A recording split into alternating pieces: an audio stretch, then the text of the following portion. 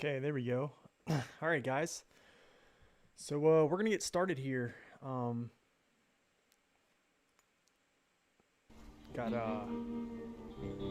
we got Maine and Happy New Year. So we're gonna get started. I believe I'm done with the lowlands right now. So I'm just gonna move on to Yellow Rock completely. We're gonna start with the tasks, and yeah, we're just gonna dive in here and start rolling. So let's get to it.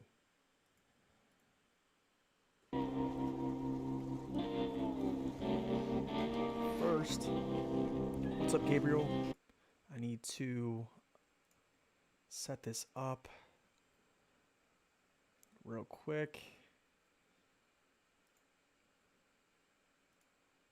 Happy New Year, Gabriel. Thank you for stopping in, man. We're going to get started here in just a second. I just need to, whenever you go live, it doesn't add the section, like the game that you're streaming on YouTube, so you actually have to go in and set it. So I just did that now. Cool, let's go. All right. Okay, stream's looking good. Let me know if the stream looks better than last time, worse. I've been playing around with a lot of settings lately, just trying to get this thing right. I'm really trying to get the focus on the quality of the stream and everything like that. So, hey, thanks for the Happy New Year as well. Thank you, man. I appreciate that. I hope you had a great New Year. Oh, gosh. All right. So, as you can see, what I'm doing is I'm shuttling all my metal beams, and this is the last load. I'm shuttling them all the way up to Yellow Rock right now. So that's why I'm right here. So we're going to pick these back up, toss those on top of this vehicle here. I'm trying to think. If I think this is a route I can take right up there. Yeah, so that's what I'll do.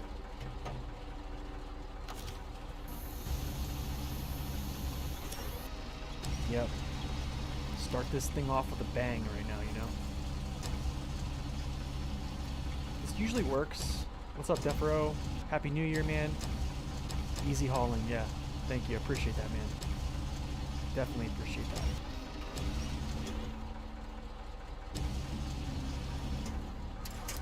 Oh, that's perfect. It's sitting like right against the snorkel and the exhaust. So yeah, I'm not crafting anything right now. I'm gonna have to eventually, but I want to craft. I don't want to take 2 crafting trailers or generators up there, so I just want to take one because I believe I'm gonna only need. Oh my gosh, this thing's flipping out.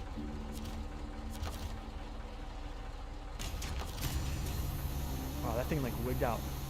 I don't want to craft too much, and this is kind of like what I always do. Like even in, how do I say this? Like even when I was on my campaign on Amore, I didn't craft anything. I went to Cosmodrome and shuttled all my metal beams over. So that's kind of like what I'm gonna do. Yeah, crafting, right? Crafting's not the funnest thing ever. What I'm gonna do is see if I can pin it down with this crane. That should work. So we're just gonna take it easy.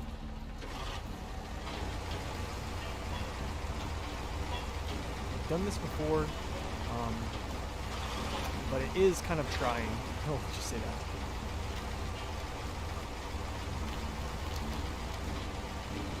I'll get going up here. Test the stability of this monster.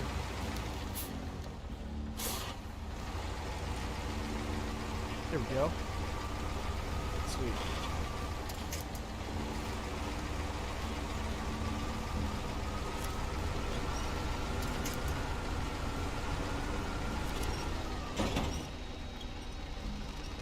Nope, not going yet. Put those back on.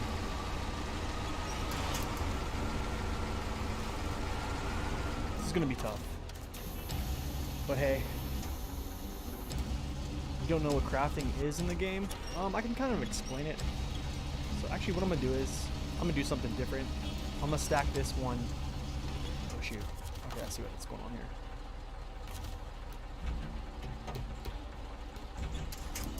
So crafting, oh that's right, the cargo came packed. Crafting is something you do that was added to the game, I believe. Oh gosh, when was it added? I think it was phase 2? I think phase 2, they added crafting. And you get to like craft like, you know, you have to get like metal beams and stuff like that. And there's just different forms of crafting. So in this scenario, you have to use a generator trailer, and then the generator trailer powers the units at the location of the craft, and then you just make the cargo from there. Hey Radim, thank you so much, man. Appreciate it. Thank you for that. Happy New Year as well.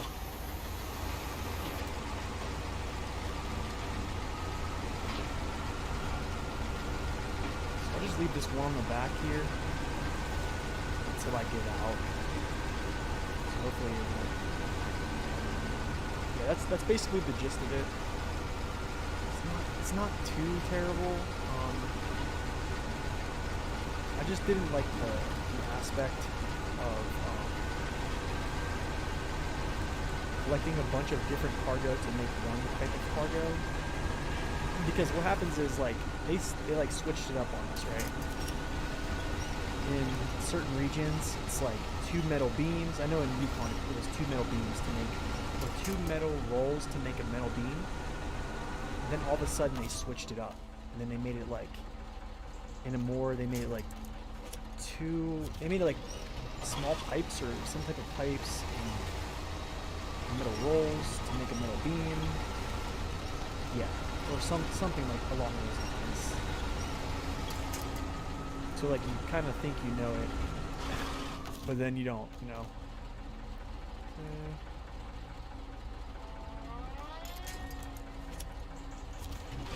Expecting this to happen.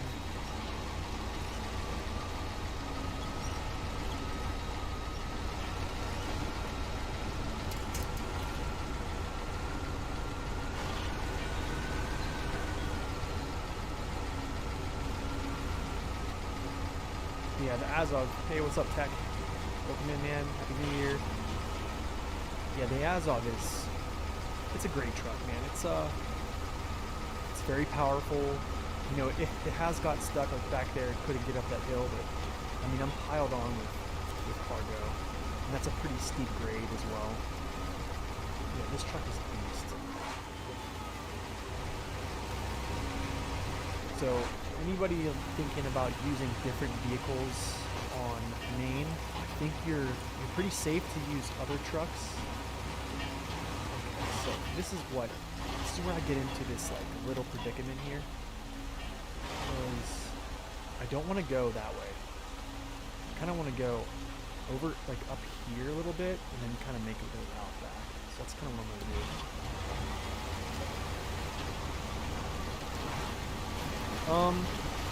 I just do that honestly because I pin it down with the crane.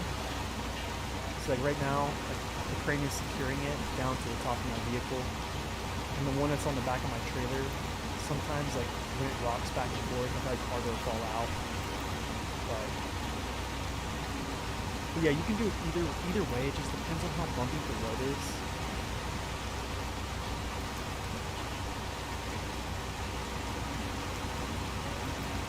Yeah, Tech, I just do it a little bit different sometimes.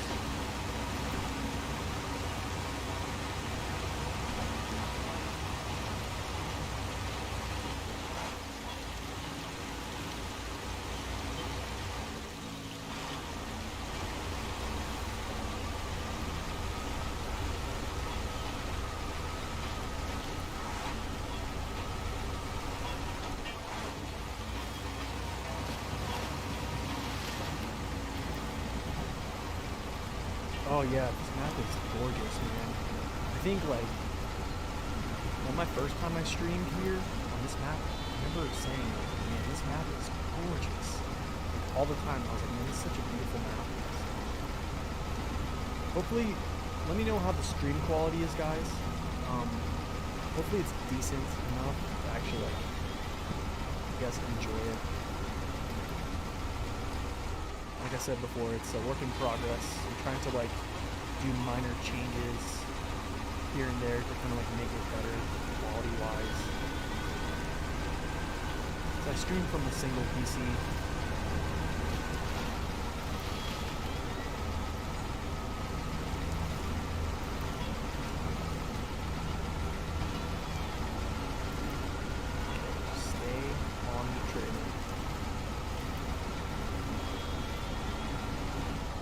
That's why.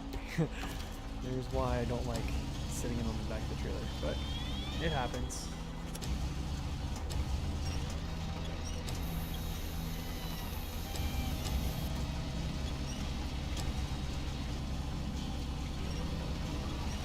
So I got a comment on my hard mode video, and a viewer was commented and said that he thinks that taking fuel from mission trailers is cheating, and I thought that was an interesting comment. I kind of thought to myself, I was like, man, then there's a lot of things that are considered cheating. Oh shoot, my legs are down. So, let me ask you guys this: do you guys think that taking fuel from mission trailers on hard mode is cheating? Personally, I don't. I would say if you're playing hard mode and you're like trying to play it by the rules. Oh gosh.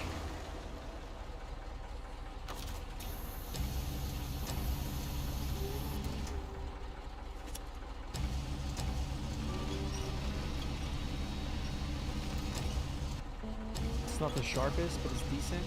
Okay.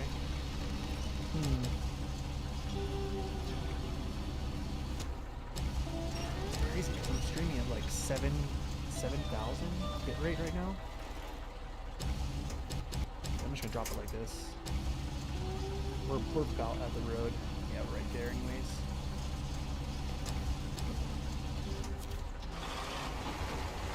Come on, stay on. Please.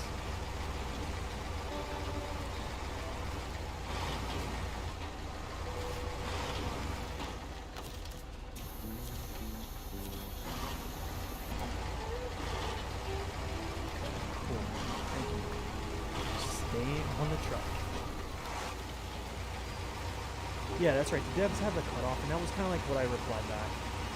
I just kind of said to him, like, you know, the developers set a 10% limit on that trailer, and I think they did that because they wanted to give us something to use. You know what I'm saying? Kind of like to help us out.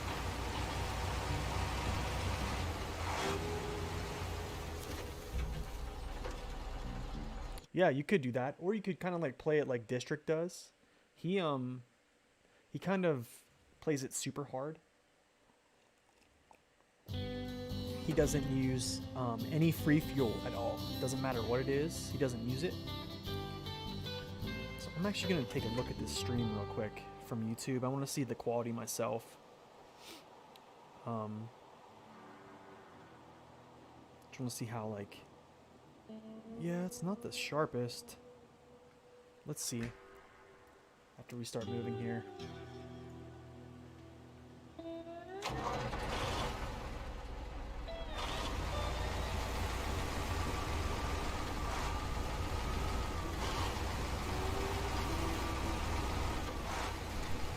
Yeah, as you can see, I have like metal beams all over the place. And yeah, this is just because yeah, it's not the sharpest. Yeah, it's not the sharpest. I'm gonna have to like tidy this up a little bit, but it's fine for now. Alright, let's get you off of my truck.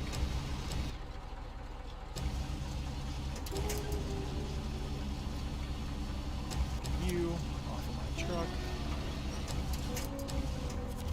Alright.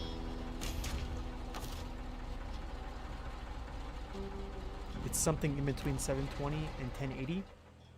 Okay. I mean, at least is the it's how blotchy is it? Because I've been trying to. Yeah, I dumped all the metal there because I need to take that metal to this. We're gonna start this power tower right now.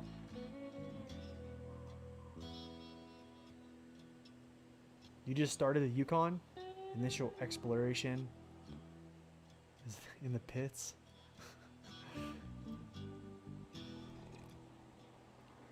Yeah, that's the thing. The P12 is gonna have issues going up hills and stuff like that.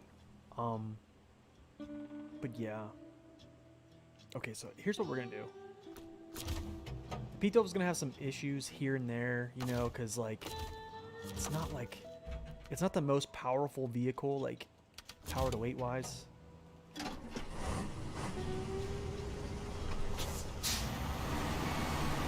what I'm gonna do. Okay, not as sharp as 10 feet. Okay, that's fine. Yeah, it is hard to get it right on one PC, that's for sure. But I've been playing with a lot of settings. Okay, so here's what we're gonna do. So I know I have some. I know I have some things I need to do.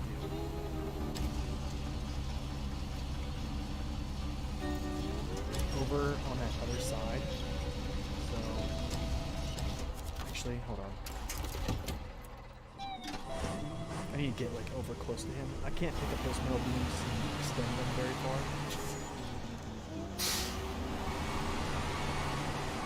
So I decided to bring the old Tatra out because I really haven't used it in a long time.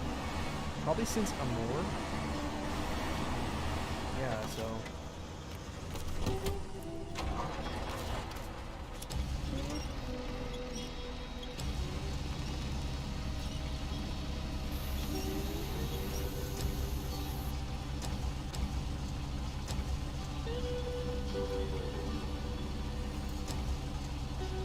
If you do too much compressing.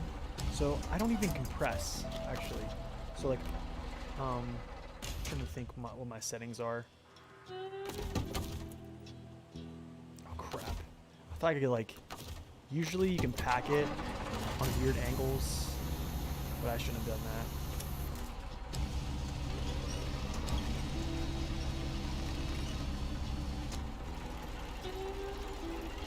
So something I actually did, I'll put in like manual settings. So I was looking up like these little settings that you can do to make your stream better.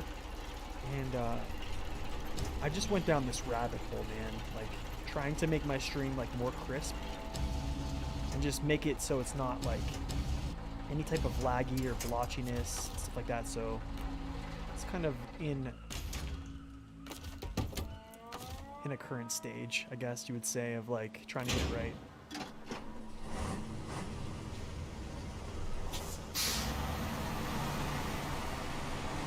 Yeah, so that's the thing, tech, is like, I don't know what it is with the Yukon, but if you look at like my short clips, you'll see like the Dan like gets like sucked into this tree, like gravitates into it, and then it does like a full flip back to its wheels, and I found that super crazy. I just noticed that there's a lot of bugs in the Yukon. I just don't know why, but I found the most bugs, like it's just been bugging. Okay, let's go refuel. Okay. So we'll go drop these off, these metal beams here. And then there's this other mission down here that pull some things to a location. So that's what we'll do. So 720p is similar in performance. Yeah. The only thing is, like, I don't know if I can run stream at 1080. I probably can and have like a decent picture. I just don't want to push my, because I'm an X264 encoder. I just don't want to push my CPU that far. Like right now, I think I'm at like 15% usage, which is pretty decent. Yeah, yes, this is the Tatra T815, or T813, sorry. The older Tatra.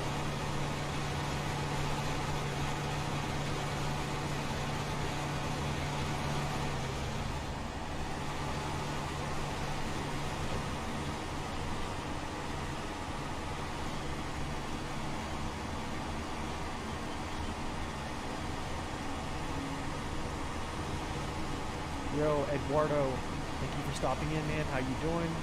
Happy New Year. Hope you're having a wonderful Sunday. We're just starting some tasks over here on Yellow Rock. So I completely finished the lowland. Everything that has to do with the lowland I finished so far. So we're basically moving all of our operations over here. Yeah, we'll just see how it goes. So what I want to do is, I want to see, is it Crooked Path?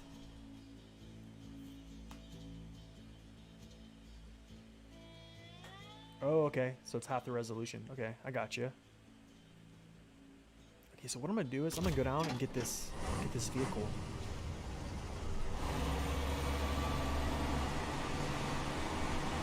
Yeah, I'm gonna have to test that tech. I know there's a setting I can put in, like a manual setting that you type in. It's kind of like a code, and it's called like RC Look Ahead. And what it does is it takes the frames that are currently on, and it kind of like gives you an outlook of what's to come. So it kind of like helps make things better. It's like for a first-person shooter type stream, because like first-person shooters have a lot of movement, but if it can help my stream become smoother, I definitely put it on. So it seems like it's going pretty well.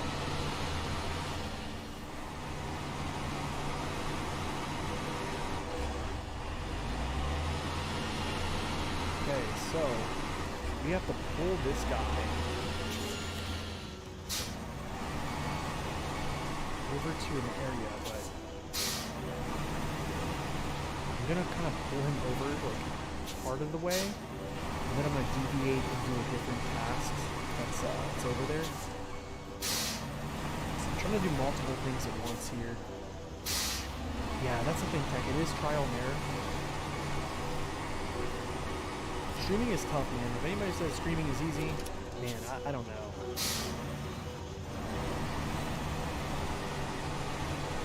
It's just tough.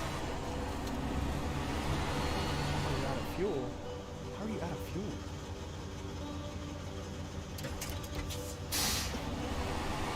I thought he was hooked up.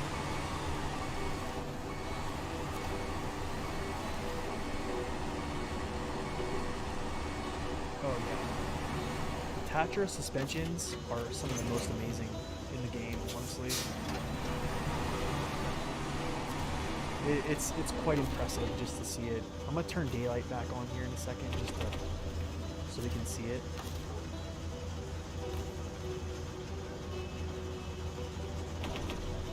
So this is a mission trailer, and I'm just gonna like, I'm not gonna really like worry about taking this and using it a whole bunch, because I have so much fuel, and fuel is basically free here.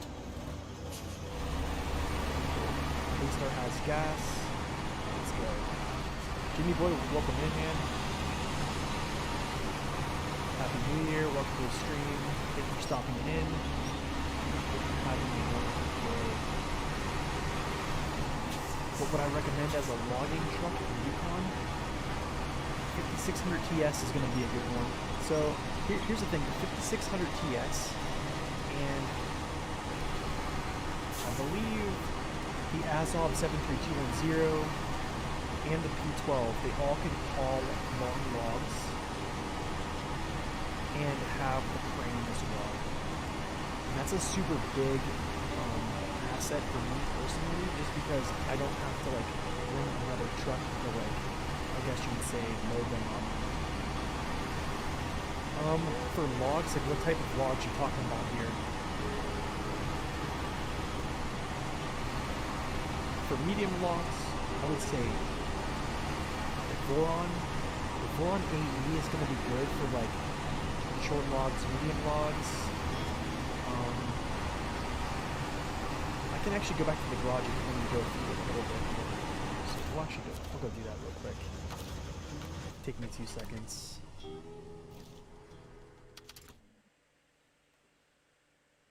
Long logs mostly. Mediums aren't a huge issue. Okay, so I would say the P512 also, yeah, that's right. It can do the long logs with the crane as well. Jimmy boy, thank you for that. Honestly, for long logs, what I used a lot, honestly, if you have I like the Dairy Longhorn. I've used it for long logs a lot. I would say probably a more stable vehicle for those. You can use the Navistar. Paystar is going to be solid, especially going up hills in the Yukon. And then your Azovs. These 3 guys right here are going to be really, really solid. I've actually used the Boar. And if I get a chance today, I'll use the Boar for long logs. And it actually did really well because it has new tires. The Dan is pretty solid too. And then you get into like the KRS Bandit. It's going to be good. And then the Tegas, if you can get the Tega out, it's going to be good to do anything, honestly. So, and then also the Vorons. The thing is, I'm pretty sure they all can do long logs, and they're pretty good. The only one I think is going to have like a little bit of stability issues is probably going to be the Voron D. The Voron Grad is great, but this one, I think the Voron E has the always on features, so pretty darn good as well. Suffice to say, thank you for stopping in, man. You played the game on hard mode and you got bored. I need something to get me excited to play. Well, hopefully we can get you excited to play here. This is the new region. This is Maine, and this is the second map in Maine right now.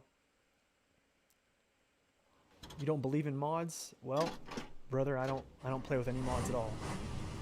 So you come to the right place, that's for sure.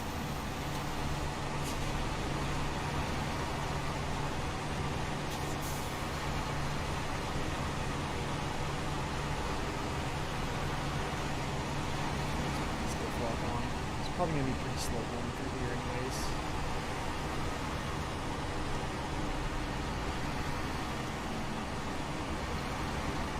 Yeah, man, anytime, Gabriel. I think like, and I left out a lot of American trucks in there. And if you want to give yourself a challenge, man, like American trucks will get it done. It's just it's just a little bit more finessing. I think this map here, if you watch my last screen, I used, the Freightliner, the International HX, things like that. Those trucks also can get it done pretty well on this map, but like, it just depends on how much you really want to struggle. Yeah, the ANK with logs would be pretty cool. Yeah, same here, Tech. I'm not really a fan of mods, and like, I hope it doesn't like really turn people away from watching me. It's not that. I actually lost my whole game file from mods because it corrupted my file. And that was right around when I was finishing up the Yukon, the crazy part, on my first playthrough. So yeah.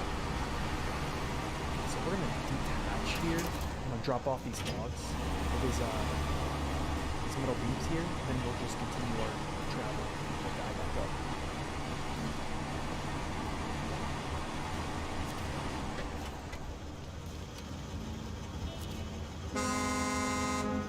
What in the world? So I should be able to drop this off. Okay, cool.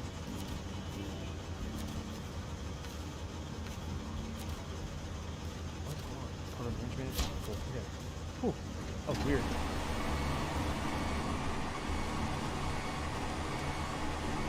Yeah, the thing is, you can get burned out in this game. It's not like the most fast-paced, like fast twitch type of game, So I definitely understand. All right. So let's look here. I think it's called Crooked Path. So crooked path is over there. I'm trying to think how I'm gonna get him there. Okay, I see it. So what I'm gonna do is come this way, over this way, down through here, over, probably through here somewhere. We'll figure it out when we get there. Just gonna catch up on chat here while I drive slow.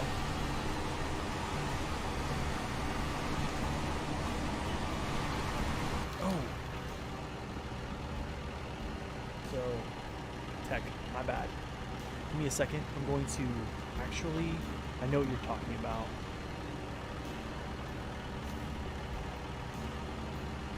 Should have did that before I started the stream. So what happens? This is crazy. The streaming troubles.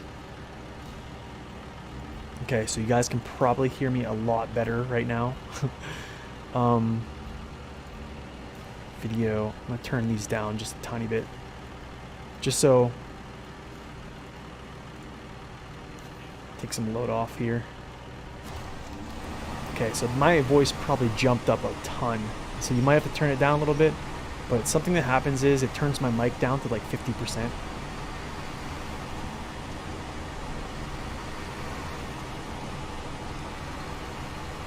Play CB radio chatters on YouTube in the background. Oh, okay. That's kind of cool. Something about trucks driving all the time. Yeah.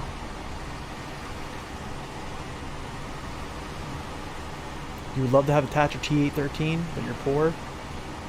I'm not sure how much the Thatcher pack is now. But if you actually get some cash to buy it, you get 2 trucks. I know that. But I definitely know what you're talking about.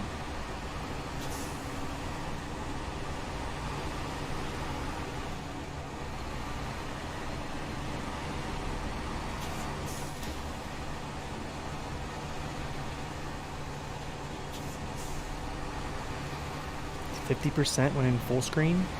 No, so Tech, what happens is whenever I turn my computer off and then I turn it back on, my mic settings, they always reset to 50% volume. So anytime like I go to record any type of audio for my videos or anything of that sort, I have to, oh my goodness.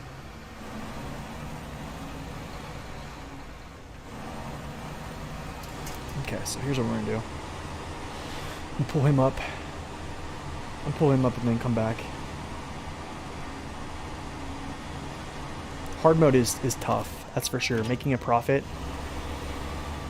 I actually, suffice to say, I made a hard mode video on how to actually like, kind of make profit. I'm not sure if you watched it, but on my hardcore mode, I'm currently in Tamir, and I haven't spent any money on fuel at all. And I still have fuel on a different map that I need to use. Let's see if I can like get a little running start.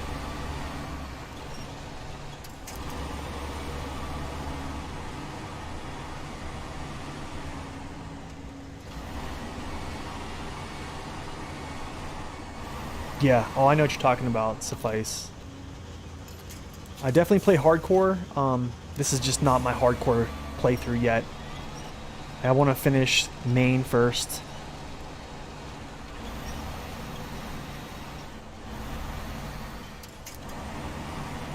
Let's see if I can get like a... There we go. There we go. That's all we needed.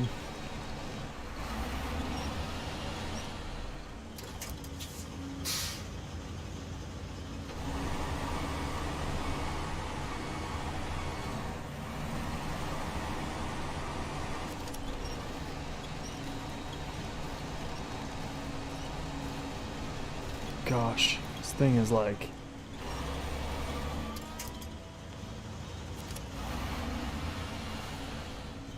You didn't spend any money on fuel to the Yukon? Amor is the hardest location in the game. People seem to lose their minds trying to beat that map. Yeah, absolutely. That map can make you definitely lose your marbles a little bit. So I don't know why he can't pull this guy out of here. It's probably because that fuel tank, honestly.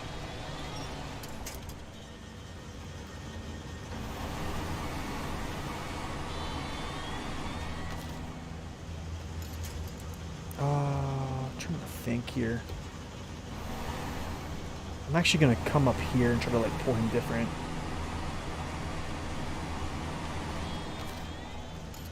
I can't get him. Okay, so maybe I can like pull him this way.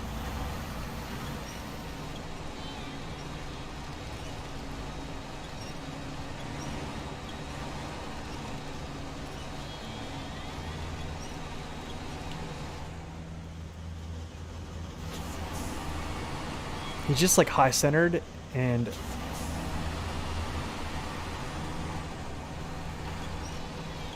crazy thing is I have like the best winch too.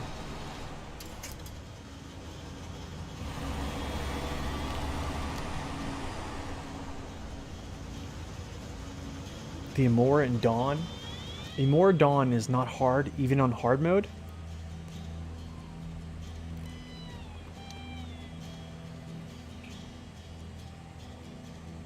Doing scouts only in Amandra is great. Gosh, scouts in Amandra sounds pretty rough.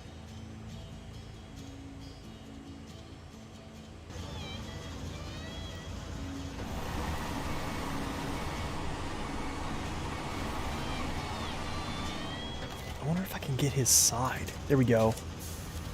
Maybe I can like jar him loose this way.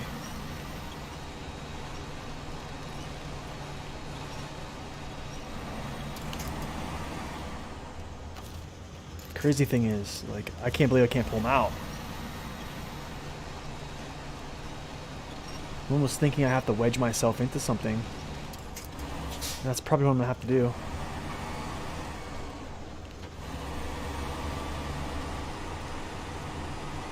Which, I can do that. So, I'll go behind this rock, and then I'll just wedge myself in. And that usually works. So...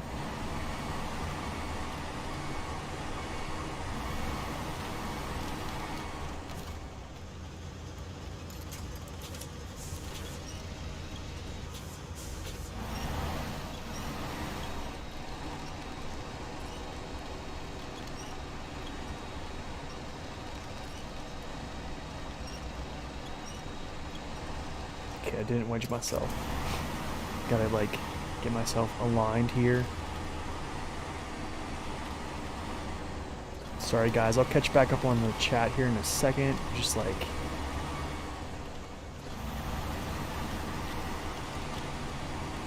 button hit. Thank you, man. Appreciate that.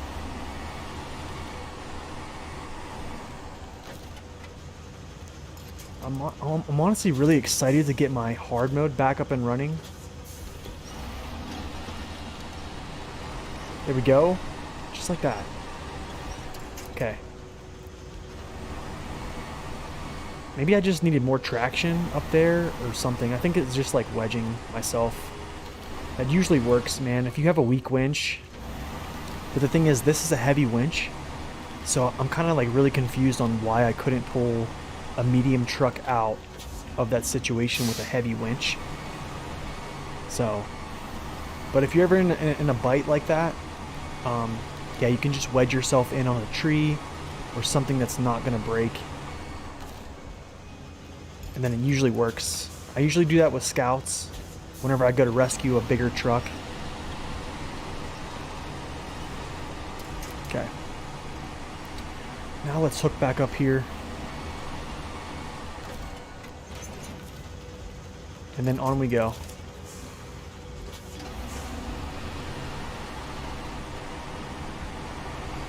Yeah, that's right. The 10x10 is great. So with the airplane parts, sometimes you have to like glitch through the trees. So there's like a little like, I guess you would say kind of like a trick. If you just hold the airplane parts with a crane and then just drive down to the location, you turn them in, and then sit them on the trailer, they won't get caught up on any trees or anything like that. So you could do it that way. It's kind of like cheesing the game, but also like I don't know if you guys have seen the part where like my cargo went like flying like 300 feet in the air. That's what happened when I had it packed. So that's why I kind of like, I don't know.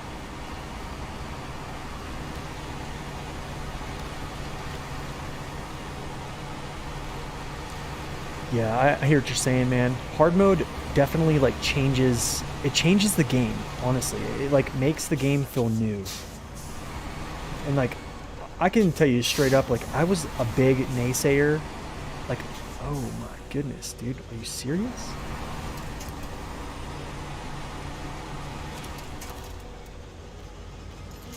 I don't like this trailer. It doesn't have like a winch point on the back.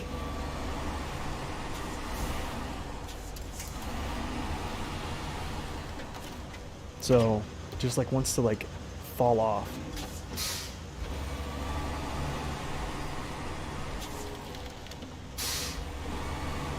You were bored with hard mode right now? Oh, Jimmy boy, you were there for that. That's right. That's right, I remember that.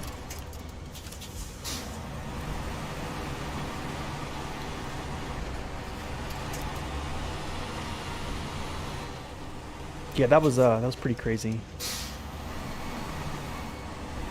Okay, so if you're bored with hard mode, so that the thing about this game is it's crazy. So like you can play it any way you want, right?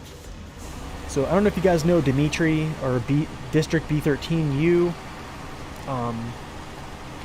He plays on Twitch, streams on Twitch. Really good friend of mine.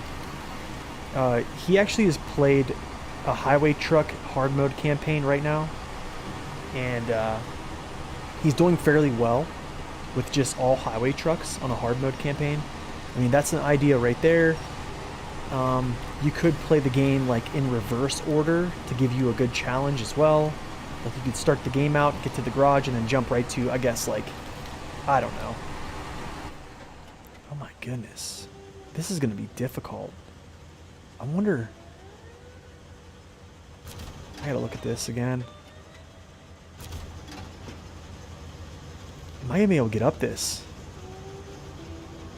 I mean, we're gonna give it a freaking go. I just don't know if I'm gonna be able to pull all this up here. Is the Thatcher gonna be able to do it?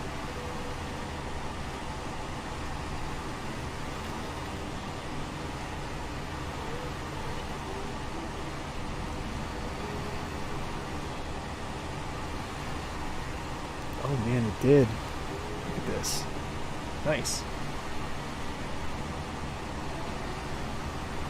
The video is really bad quality for you right now? What is, how's the quality for you guys?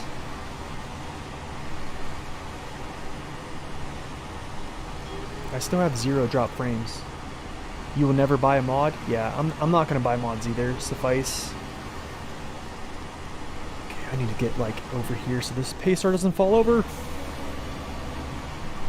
He wants to go. Pacer wants to fall over. I can't believe he hasn't fallen over yet. Oh my goodness. Okay, so we'll go rescue him now. I should have just like cut up straight up the hill. I don't know why I kind of like went that way. But hey, if you're not flipping in SnowRunner, you're not doing it right. Okay, the big old boy's coming out.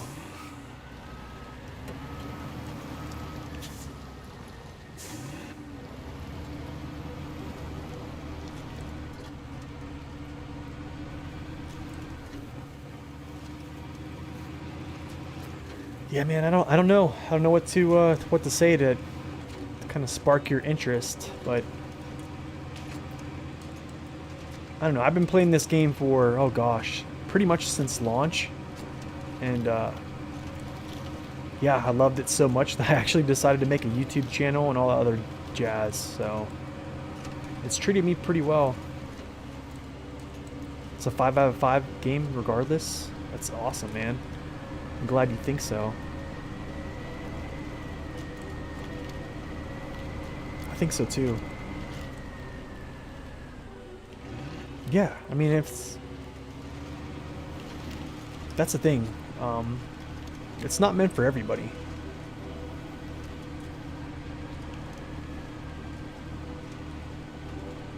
So before I played this game, I played like World of Warcraft. You know, I did some PvP, like 2v2, 3v3 arena type thing. You know, I was into the whole like the guild, the raiding, the dungeons, all that stuff. And then it just kind of like sucked my life, I guess you would say. Like, you know, anytime I didn't play the game, I was falling behind. I felt like pressure to play because, you know, if you don't play for a month, you know, your gear is not as good anymore because they kept coming out with like new things, right? And then you know, like as you go along, it's kind of like the same thing over and over.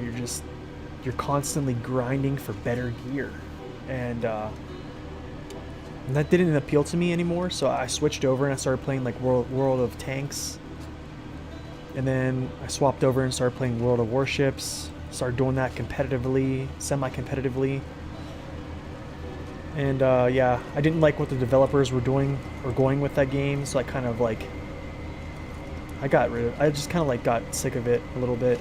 I do still watch like content on that game. I watch a couple guys still play it, just because I still like, you know, war games, I guess you would say. But yeah.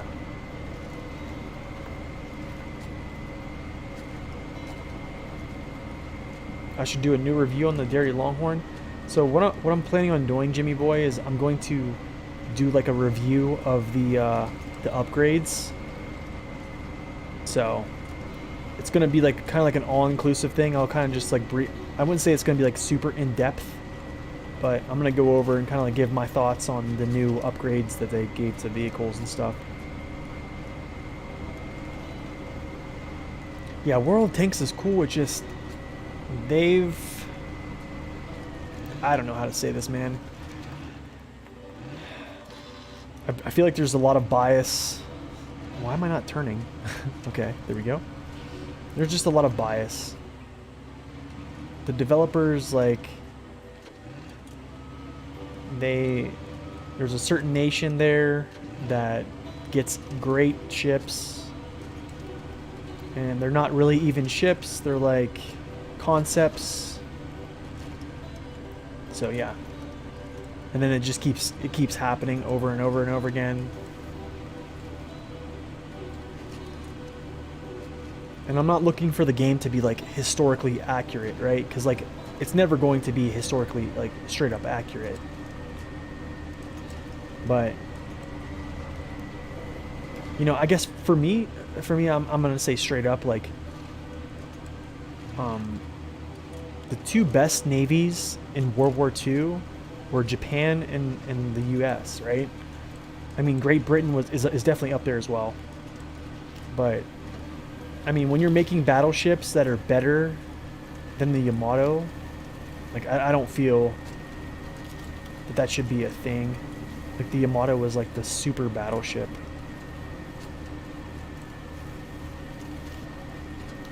This game seems boring in hard mode. Yeah, I don't know. I'm kind of a boring person. So I mean, to me, it's just kind of like a relaxing gameplay, honestly. Okay, hopefully I can get up on my own power here.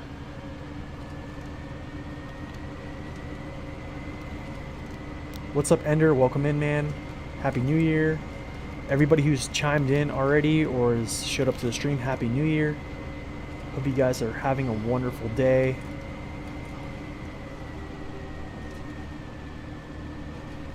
We're going to rescue a Tatra.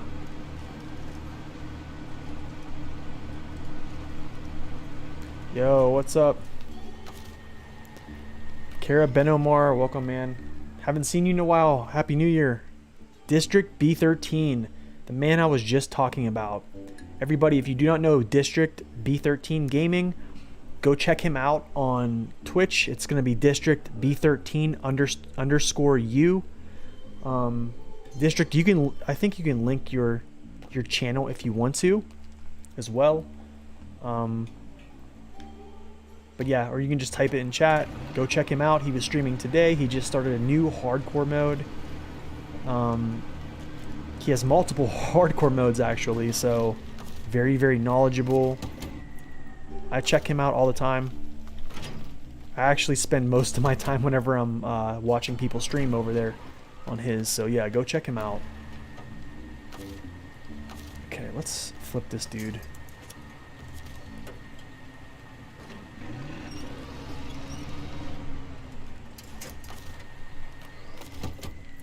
Okay.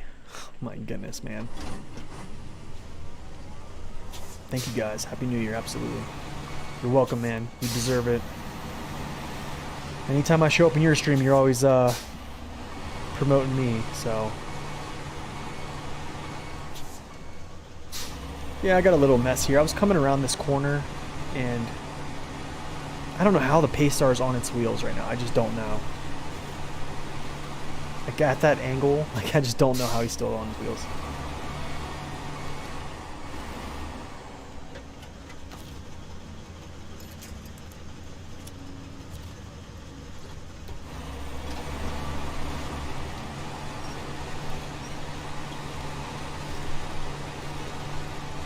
Oh, come on.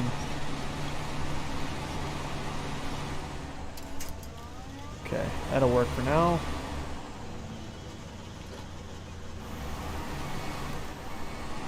I'm a pro at this? Oh man, I don't know about that.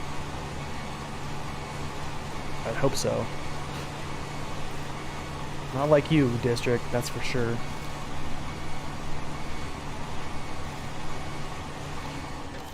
But you have a great start. Hard mode. Leave the garage, pull the fleet starter to the garage, sell it. Upgrade the Chevy CK, go to Alaska, A&K. Yeah, you can do that. I mean, that's the beauty of the game, is that you can just jump around and grab trucks and, you know, do your thing. I don't know, I find it the hardest whenever you just use what the game gives you and just go chronologically.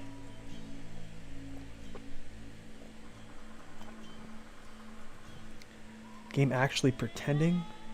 What do you mean by actually pretending? I'm not sure what do you mean by that?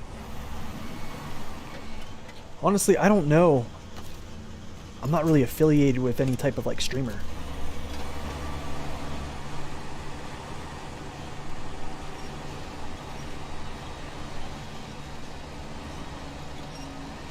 Hey, what's up, Jay Williams? What's up, man? Yeah, absolutely. The Voron grad review is coming. That's for sure. It will be out this coming Friday. So yeah, it is coming. Rest assured, my brother. Oh, not me? You know, I don't know, man. I really don't. The only YouTuber that I really like hang out with is Deck Plays, and another guy that helps me with my reviews, and also District, and a couple other guys on Twitch, really. So honestly, I couldn't tell you.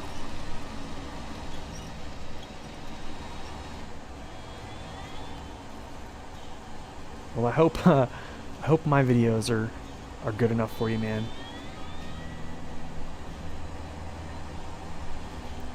Gosh, I just want to get him up onto like this plateau, and then I can just like, I'll flip him over some way. It doesn't matter which way he's oriented. I'm gonna flip him. Yep, it doesn't matter.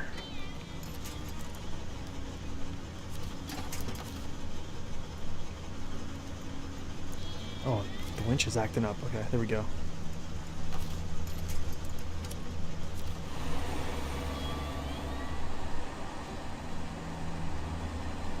Cody Craft, welcome in, man.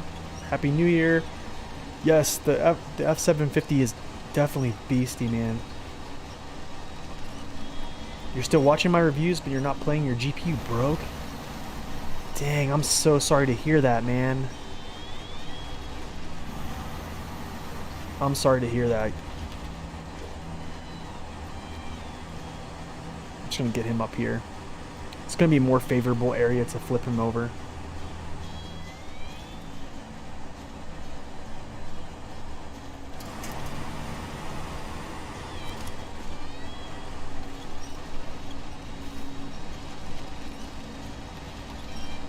kind of doing this the hard way. Yeah, I can go back that way and do it. You just seems like some YouTubers are fake. Man, I wouldn't even know. I'm very new to YouTube. So honestly, I'm very new. Happy New Year, Vade Dobalor. I'm sorry if I butchered the pronunciation there, so forgive me. But Happy New Year. Thank you for stopping in. Definitely appreciate it.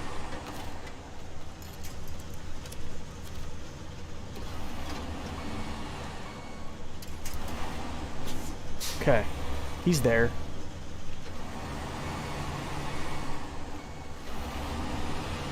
Oh, appreciate it, man. Thank you, Suffice. I definitely, I try to be as real as possible, man. What you see here is what is definitely how I feel.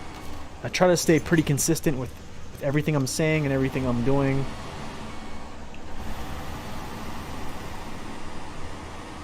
Okay, let's back this up.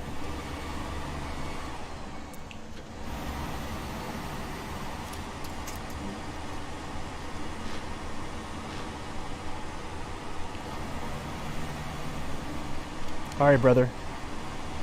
Have a wonderful day. Suffice, thank you for stopping in, man. Appreciate you coming by and chatting with us and hanging out. Happy New Year. Okay, I'm just going to put this over here for now. And then we'll get this guy all squared away. They're called Synthetic Americans. Pee-wee, welcome to the chat, man. Happy New Year as well. Thank you for stopping in. Too many folks here trying to be nice. I don't know, man. I don't know if you're talking about me, but I always try to be nice. I think that's something that's desirable. Barf emoji. My mom used to say, if you don't have anything nice to say, don't say it at all. But I'm definitely a guy who will tell you the truth, regardless of it hurting your feelings or not. Because I feel like I'd rather just tell you the truth and you just deal with it. But I also believe there's the kind way to do that. Okay, sweet. Let's gotta figure this out. What is this called? Is it called Crooked? Yeah, Crooked Path. Okay. Little bit of a little hiccups there, but it's like you say, District, man. If you're not flipping trucks over on stream, then you're not really having a good stream, right? Gosh, this snow is terrible. Look at this.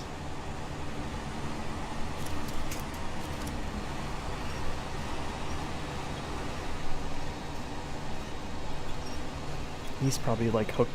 Oh, he's hard hooked on the tree. Nathan, nice province. I mean, I try to be nice, man. I mean, I don't know. Sometimes I'm very critical of myself because I think I can be kind of a jerk sometimes, but I don't want to be. I definitely do not want to be. That's for sure. Man, what this rescue task has been like. It's been trying. Yo, what's up, Bleaker? Welcome in. Happy New Year. Thank you for stopping in.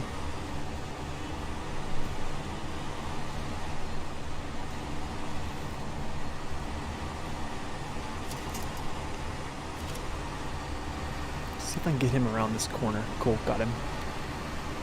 Okay, so now what we'll do is we'll back up.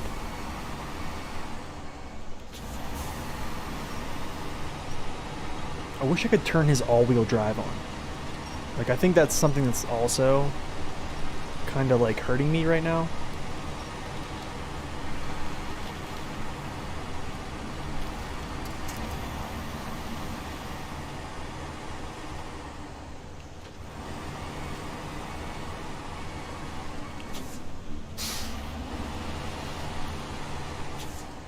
District, how was your stream, man? Did you, how long did you stream for?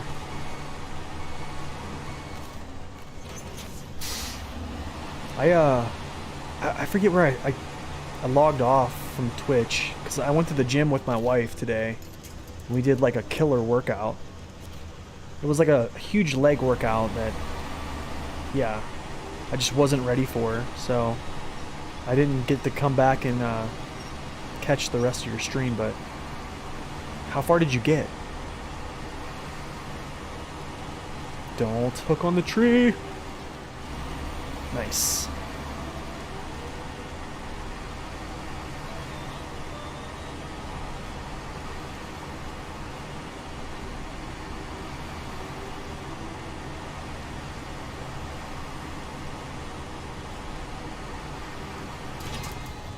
Sweet. Okay, I probably should have siphoned some fuel out of that, but that's alright. Don't really need to. This is normal mode. If it was hard mode, I would be very like, yeah, I'm just a way different player on hard mode.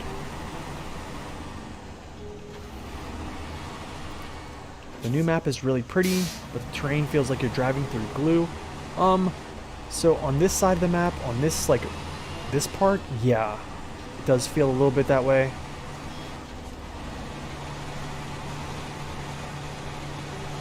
But I can say for the lowlands, it feels pretty good. I mean, on the lowlands, you can get away with using a lot of like very, how do I say this? Very undesirable trucks. So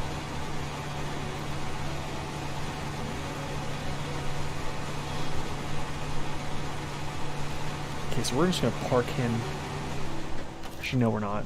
I'm using him still.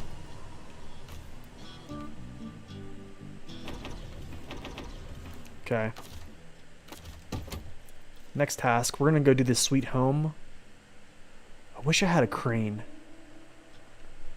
Home sweet home. We gotta deliver these cabins to the hunter's house. Okay, cool. So here's what we're gonna do. Just gonna go do this.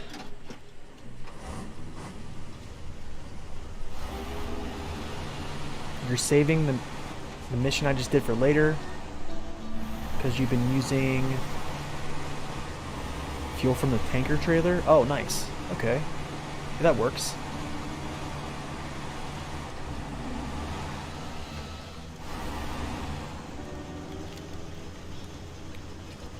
So has anybody been noticing like those blotchy areas that like pop up randomly? I'll like point them out. I'll point them out when it happens, but it's weird. Like the snow, like right there, like this right here. I don't know what that is. I think it's just like a glitch, like some type of like graphics. It just showed up on this phase. I don't know what that is.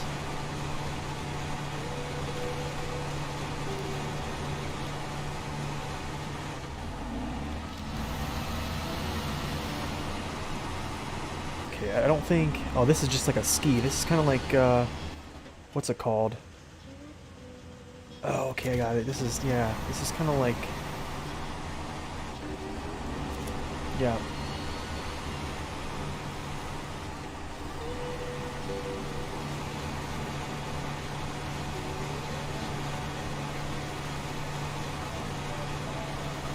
So, okay, I gotta deliver all these to this area, I guess.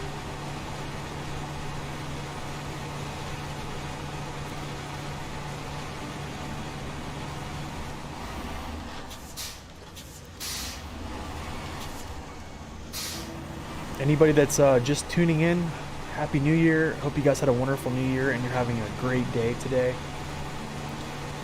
It's Sunday. It's a good day.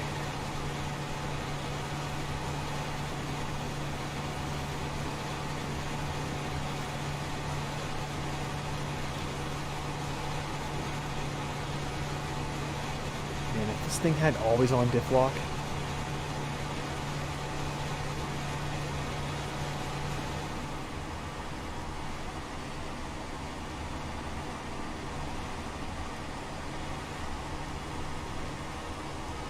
It would be great. always on diff lock right now for the Tatras. I really feel like if the Tatras, if you did give them always on diff lock, you would probably hear conversations of like best truck in the game or like second best truck in the game, because I don't think there's a truck right now that beats the Zix. I don't. Okay, back down.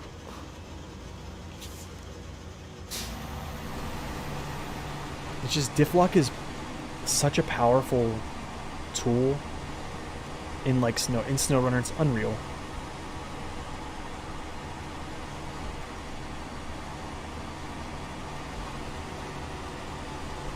Like these Tatras have so much power, but if you don't have diff lock on, like you just see the wheels slip constantly.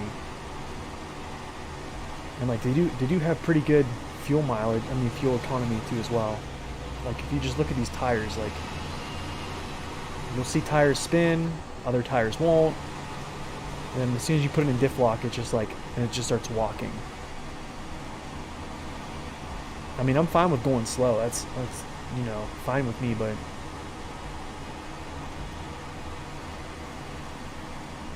is this one? Is it stop? Okay. Oh, nice.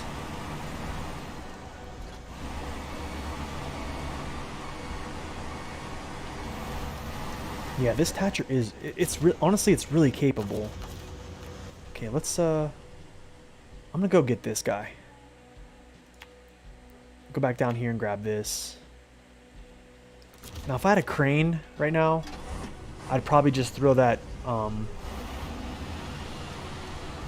throw that scout in the back of this bed, and then, go winch the other guy, or winch the other cabin. But it's fine.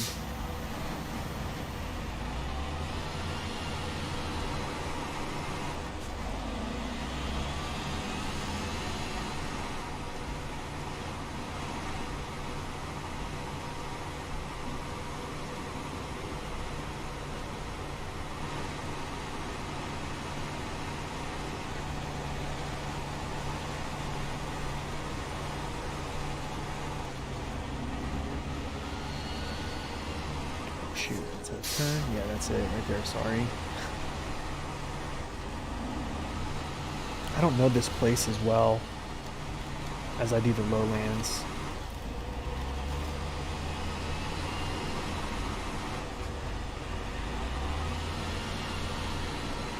So after we do this one, I'll probably switch trucks and do, we'll figure out another task to do. I need to start opening up bridges as well. So maybe that's what we'll do. We'll start opening up bridges. I do need to do this, finish the power line that's down here. So we'll probably do the power line, and then I'll start building some bridges and stuff like that. So that's going to be the game plan for the rest of the stream, is kind of like get things set up to start moving all these logs that we're going to have to move.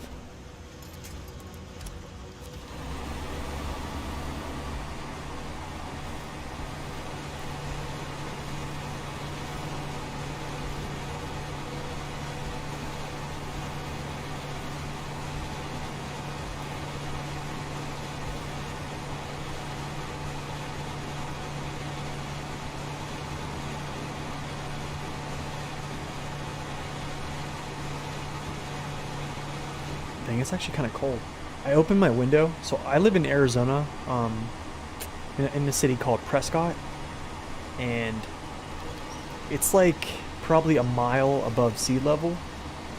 So like Phoenix is about an hour and a half south of us, and as you go north, the elevation like drastically changes, and we still have snow on the ground outside a little bit. It's already snowed a couple times this year. So it's just kind of crazy, like, you know, snow in Arizona. No one would ever think that it snows here, but if anybody's ever been to Flagstaff, they actually have a ski resort up there on Mount Humphreys. So I've yet to go do that, but it seems like a really fun time. Yeah, it gets even colder up there. I think they've been getting snow like pretty regularly, I guess.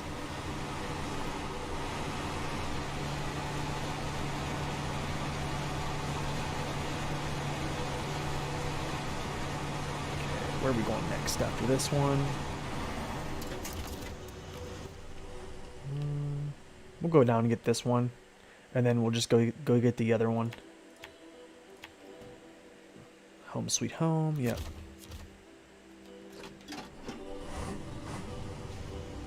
I want to see how many actual tasks there are in this whole region.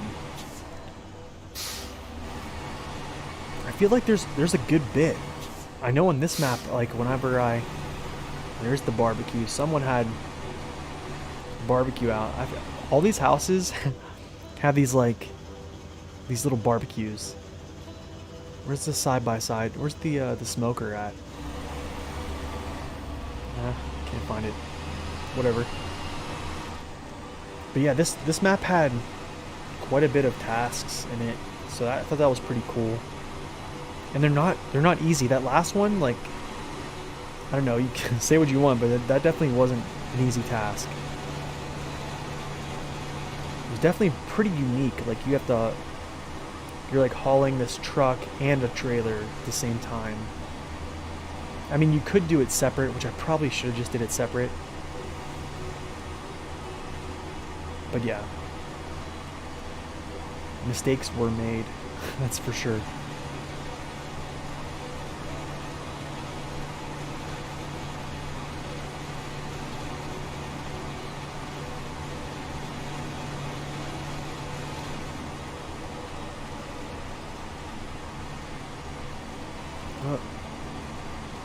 So yeah, so on the way down to Phoenix, we were driving. Where's my dots? What in the world? Where did that come from? No. Wait, what am I doing? Okay. Can I get through there? Yeah, I can. So on the way down to Phoenix, to my brother's house, we were driving down. So like, it's kind of weird. Like up here, it's like almost like a plateau. Like there's like an abrupt change of altitude, within like 6 miles. And I think altitude changes like maybe 4,000 or 5,000 feet. I think it's about 4,000 feet within like 6 miles. So we're driving down this hill, right? It's a highway. Speed limit's like 65 on the hill, and it's usually 75. And I was kind of going pretty fast. Probably maybe faster than I should have been going. And I usually don't speed. And my wife is like, Nathan, slow down. Like, you are flying. And then it was funny, like everything went from like serious to like laughter, because she knows I drive like a grandma. And you know, I drive like a stick shift car, I baby it, you know, all that stuff. Like, you want to see a grandma driver, I'm the guy. So we're like flying down this hill, and she's like, you need to slow down. And I said to her, I was like, no. I said, new year, new me. And she just started dying. Like, in the middle of yelling at me. It was kind of funny. So, and then like we went down to my brother's house, and we had this like appetizer cook-off, I guess you would say. And last year I won because it was at my house, so I did ribs on my smoker. So I smoked ribs and I won last year, just because I think I had like an unfair advantage with the smoker, of course. And yeah, so this year I was like, man, I don't know what to do. You know, I haven't been home a lot. I've been on a business trips, like, and I'm leaving for another business trip here in like 2 days, for like 60 days as well. And I was like looking up things, and I was like, there's this crab dip. So I was like, all right. So I went and got this stuff for this crab dip, and it says like, you know, you put it in the oven. And I thought to myself, I was like, man, I'm just gonna smoke this. I'm gonna put it on my smoker in like a cast iron skillet. So I put it on my smoker. I smoked it at like 200 degrees, and for maybe like an hour and 15 minutes, and then I crank the heat up. Man, I'm going so slow. What's going on?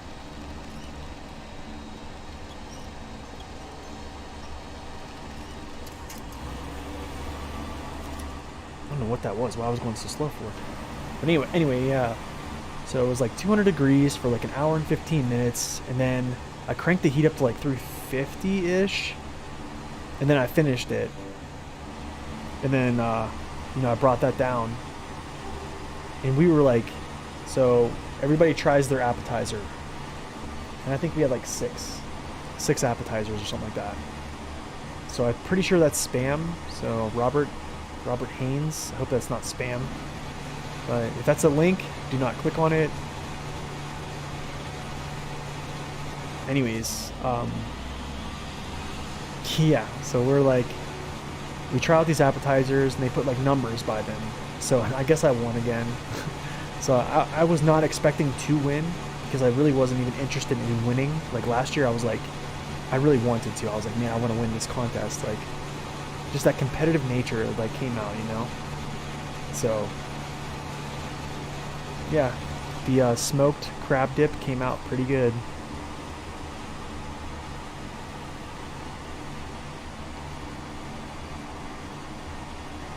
Okay, let's go. Onward.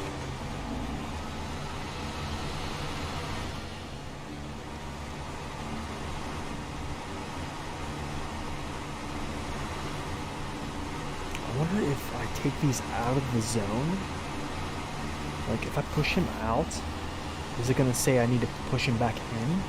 Let's see. No. Ooh. About to run this dude over. It sounds mouth-watering. Man, it was really good. It was really good, and I put like double the amount of crab in it. So I did not like,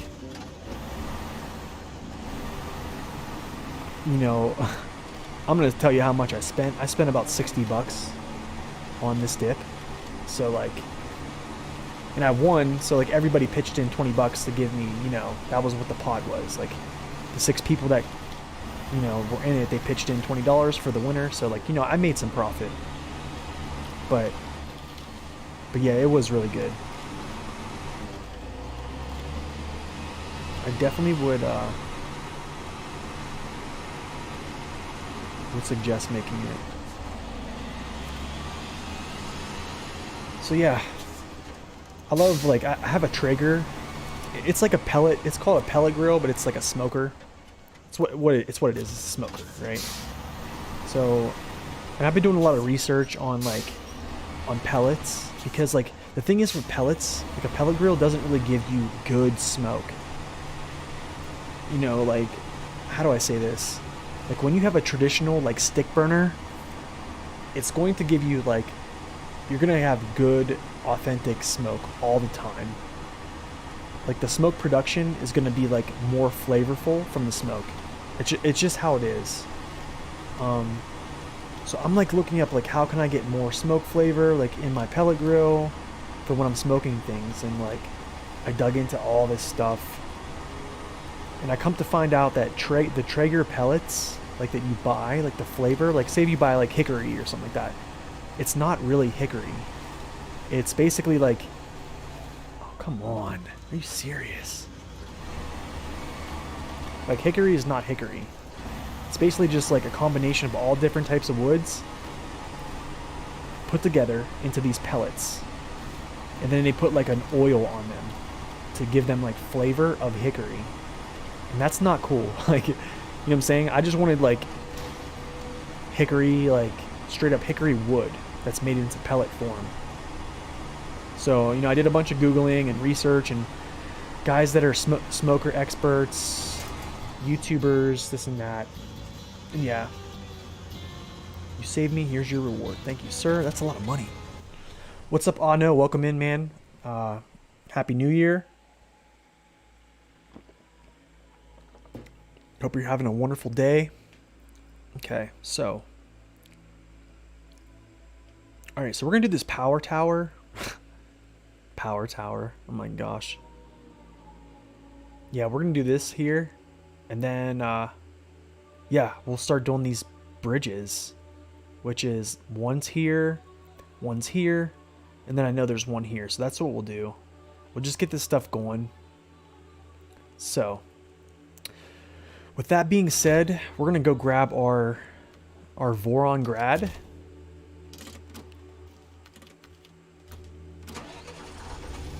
Yeah, it's been a good stream. I had some issues. I flipped a little bit here and there.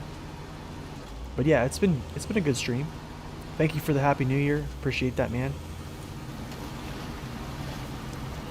I just was rambling on just a minute ago about pellet grills and smoking and all that other stuff. Barbecue, that is. So yeah, this is the Voron Grad. I'm gonna do a review on him probably later this week. I am traveling out of town on Tuesday for a very long time, but I'm still gonna be working on stuff, and I do plan on streaming. I'm gonna take my webcam with me, so expect some streams from a hotel room. They should still be the same quality, because I will have pretty good internet there. So we're still gonna be streaming.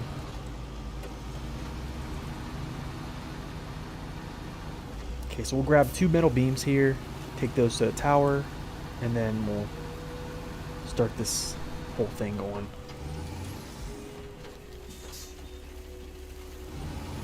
Actually, you know what? What I can do is I'll just swap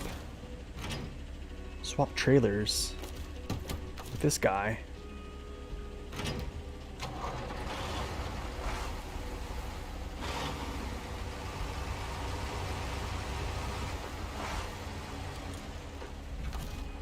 Yes, I did know that. Yep. So I know I'll go back to the garage for a second, because I'll talk on this for a second, because no, you're right. So I generally use the OHD2s. Let's go to, here we go. This is the guy I want to go to. So I have a friend that does, he does a lot of testing for me, a lot of research, testing. I feature him on the front of my every video. I talk to him literally daily. He stopped by last stream. His name is Max Power. That's not his real name, but anyways, he does a lot of testing for me. And he was telling me about these ATHS tires. They're really good in the mud as well. But he said the best tire for mud that he found in his custom test is the OHS2. And then he said, of all tires, the OHS2 is the best. Now, where's the OHDs? Oh, they don't. This one doesn't have the OHD. So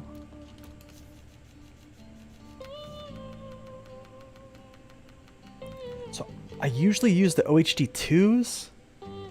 But you know what? I might start using the OHD ones. I look at the tread. So how do I say this? Going to MapRunner is how I used to do everything. I used to go to MapRunner and it was boom, I'm sticking to it. You know what I'm saying? Okay. But I think the OHD ones they look like they have more tread. You know what I'm saying? Yeah, maybe I'll start using the OHD2s a lot. But yeah, the OHS2s do amazing, and somebody uses them a lot is District B13, and yeah, they do really well.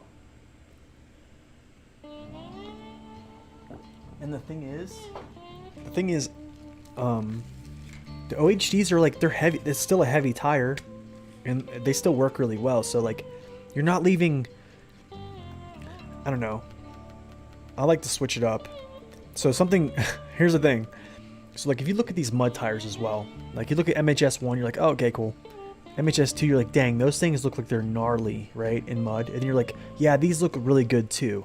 But actually, the MHS1 actually are better from his tests. They have more, I don't want to say more grip, but I'm pretty sure the values do not add up, like compared to Map Runner. But I'm gonna have to double check with him and test it. I know he's gonna produce a video coming up, but like right now he's working on a mod map. So whenever he gets done with that mod map and his promo video for it, I'll be sure to let you guys know about that. I'll put it in like a comment. So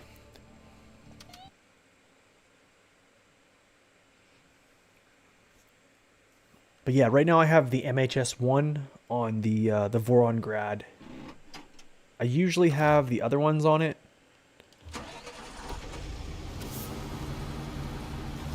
Just because the other ones look cooler, you know what I'm saying? They're like these, they almost look like balloon tires. So they just make the truck look a lot better.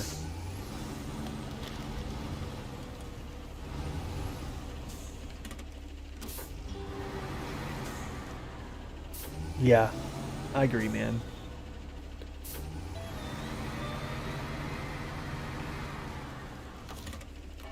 Okay, let's do it.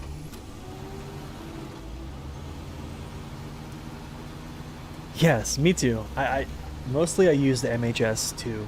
Yeah, just for looks, like they just look good. They're wider. You know what I'm saying? Like you feel like you have more stability with a wider tire. You know, it's just like you look at it in like in a common sense place. You're like, yeah, these are gonna do better. You know what I mean? So.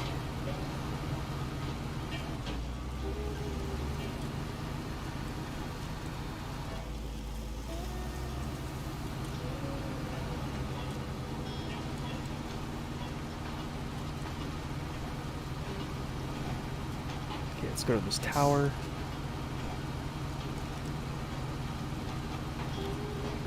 It's just weird, like, you know what I'm saying? Like, something that seems very, like, common sense. Like, you look at something, you're like, yeah, those are gonna kill it.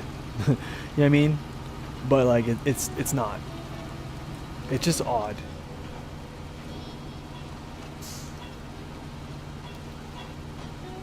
Like, even, how do I say this? Even the, like the P16 and the P512's tires, like when you look at those, they almost look like two of these. You know what I mean? Like just a dually set of mud tires like this. But they are like, I think they are an OHD tire. But you know, they have like some of the best grip in the game. It's just like odd. You know, they don't look like they're super grippy, but they are.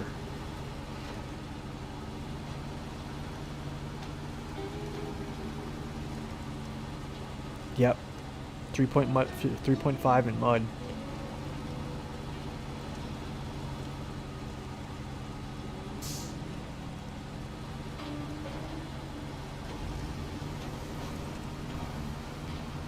They are, man. It would be amazing if they actually gave an all-wheel drive upgrade to those trucks. Can you imagine? Sour Potato, welcome in, man. Thank you for stopping by.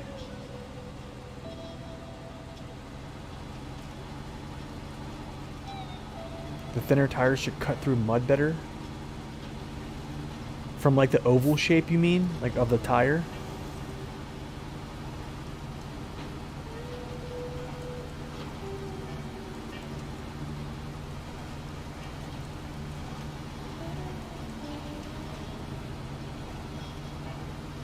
Yeah. Yeah, if the 512 had all-wheel drive, I think even if you gave 512 an all-wheel drive unit, like, I mean, goodness, even without giving it a better fuel tank, like, it would make a pretty good statement for itself. You know what I'm saying? Like, you have amazing tires, you have all-wheel drive, you have diff lock, you have a powerful engine, you have decent weight.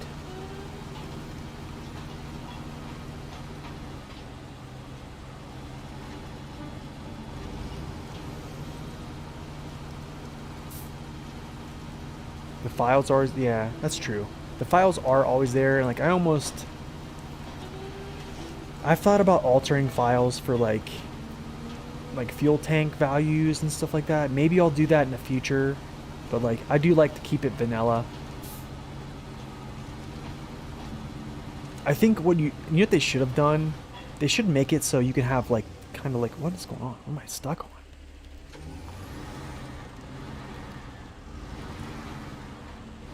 Guess I'll go around this way.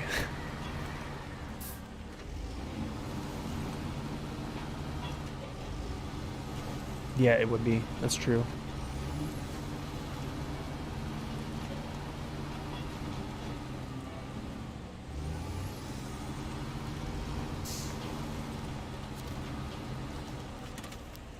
Okay, so you're saying the width of the tire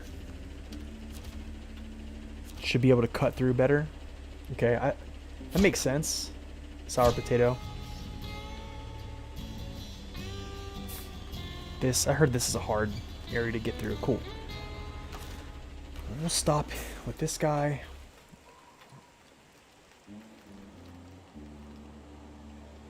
Okay, so on what? The photo mode, like on what, on Steam?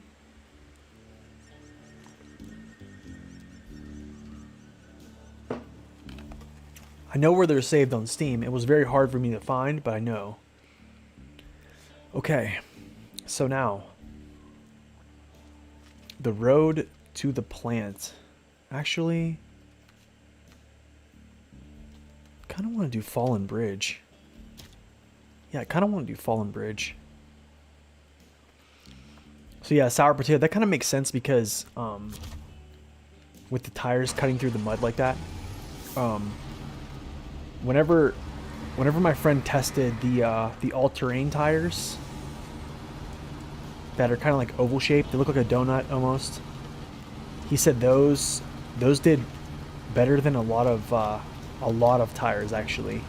The OHS2s did really well, and they're like basically the same like look, but the OH2s have like a more grippier look to them. So yeah, that would make sense. I really can't wait to show you guys the video he makes. Like, he's like made custom videos and sent me them, and like has made my jaw drop. Like with the stuff he does, like his work is amazing. He's making a mod map right now, and he's also making like a promo video, and he showed me the promo video the other day, and like it just blew me out of the water. He was like, hey man, like let me know if you think anything like I need to change or something like that. And I looked at it and I was like, dude, that was amazing. Like I almost was a little bit jealous. I was like, man, he does really good work. So be looking forward to seeing that, and I'll definitely post it whenever he puts it up. Okay, yeah, on Steam. So okay, here's what happens. If you go into your Steam app, it actually saves it in there. I'm not sure where the file is actually saved, but it's kind of weird. Oh no, because, or Gabriel. Oh wait, no, it's oh no. Sorry. So it's weird because the photo mode on Steam is kind of bugged. So what happens is you'll take a photo and it seems regular, but like the saturation, or I think it's the hue. The hue is just off. Like if I take a picture of like a yellow truck, it'll turn it this color in the photo, and everything else will be this color. So like you have to like take the photo and make it look like this. Like it's weird, man. I try to do it for some of my like thumbnails, and it's just really janky.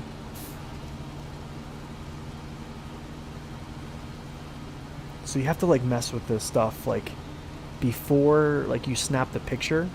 You'll see like, but yeah, it's in Steam. It saves it in like the Steam app or something like that. If you go to like SnowRunner, yeah, you've seen the bug? Okay. Yeah, it's just tough. It's tough to use. But like I love photo mode. Photo mode is awesome.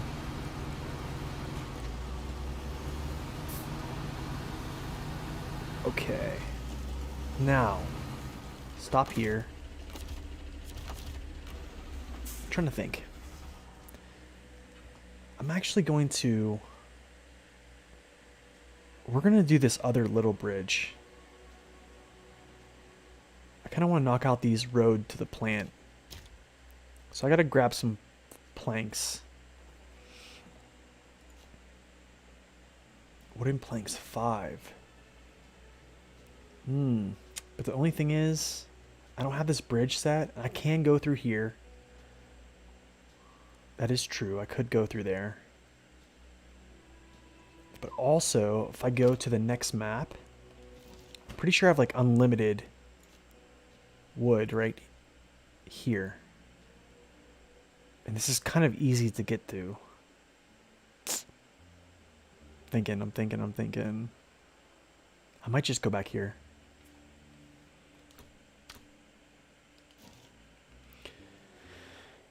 Let's see.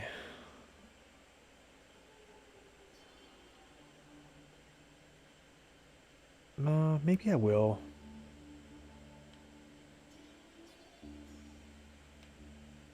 Okay, I'll actually I'm gonna go this way. But I gotta figure this out. So I'm gonna go through here. I'm not going around this way because of this little blockage here. So we'll go this way. Through here. Around this. Through here. Through here. I believe I can cross down and then come up.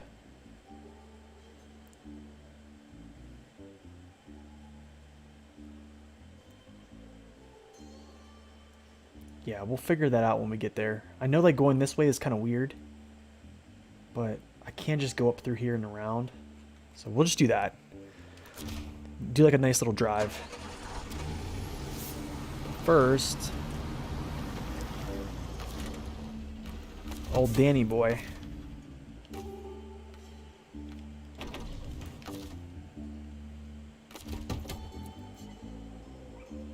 Okay. I think it's like about halfway through the stream. But hey man, thank you for stopping in. Appreciate it. Hope you have a wonderful day. Appreciate everything. Happy New Year.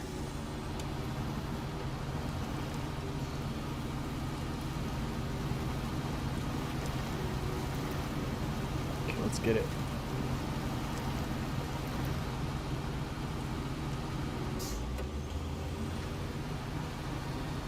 Yo, Muffin, what's up, man?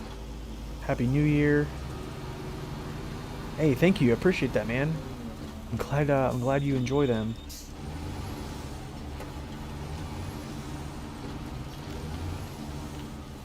Can I see? Can I get through here? Oh.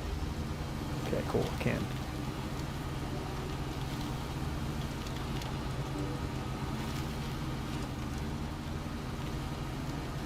Gosh, this thing is so strong.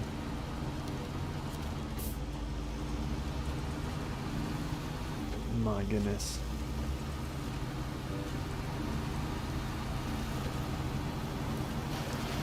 Okay, that mud pit is like death. I've tried to go through that already and it's not fun. So I try to avoid a lot of these like, so what I'll do is like when I first try a map, I'll go through the terrain. Like what the developer gives us. Like I'll actually go through it. Here's what we're doing. We're actually gonna make this daylight because I want to see this map. Just kind of like cruise, you know. But yeah, thank you, Muffin. I appreciate that, man. I really do put a lot of time and effort into those reviews. Probably about 40 hours on each review that I spend. So I definitely try to make them as good as I can and give good info. Is there a way to tell regular mud from death mud? That's hard to tell. It's weird, man, because they kind of like, they make it really tricky. Because like some really bad mud looks like this grass.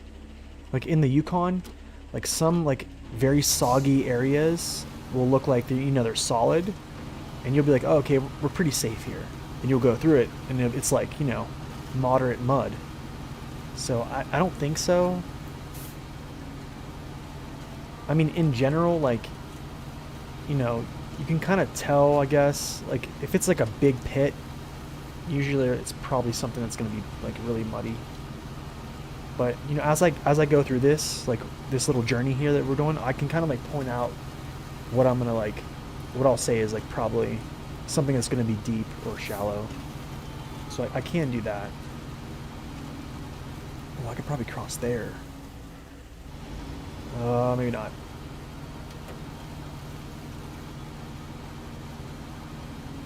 Oh yeah, that's the thing, man. Shortcuts are like the king of shortcuts is my buddy on Twitch. His name is District B13_U. He is like the king of shortcuts. Same here, but like whenever I take like a shortcut or something, like it has to be like an easy shortcut for me to take it. You know what I'm saying? Like that right there, that mud, that's probably a pretty big mud pit. Like pretty decently, like this mud. Okay, here, I'll show you. This mud down here in the bottom, it's like different. So like, I guess like there's like a value called wetness. So my buddy that like does testing on like tire values, I'm gonna turn my engine off. He said they add, this is like a dry mud, I guess you would say, because I think this is like a little bit squishy here as I go through. But this stuff right here is like there's like a wet value. So I think they add like different values of wet and dry mud. So it's all like I'm not really sure how to explain it too well. I kind of wish that Frank was here to kind of like go through that. But yeah, I hope that kind of explains it. But if you see mud that's kind of like shiny like that, you probably can expect that it's going to be pretty deep. Like stuff like looks like this shouldn't be too bad. But yeah, the Yukon, here's the thing, in the Yukon it's like tricky. Like you'll see, you have paths that look like this, but then like, yeah, they get kind of muddy. The developers have been very sneaky, I'll tell you that much.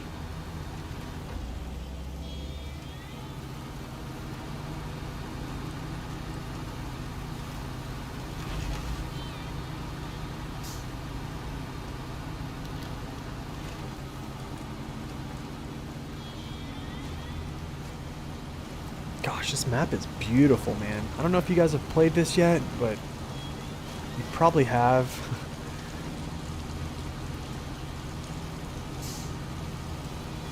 But yeah, this is amazing. I also like how they made it, some of these crossings have been a little bit easier. Like in the Yukon, they've been like brutal. I mean, these have been kind of brutal too, because you can like get swept away if you're not careful.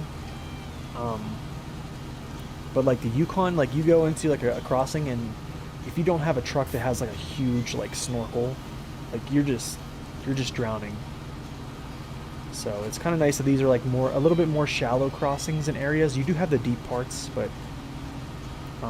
yeah.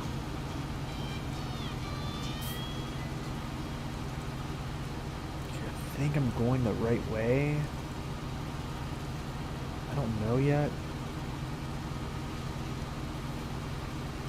Stop and take a look here. Take a little gander.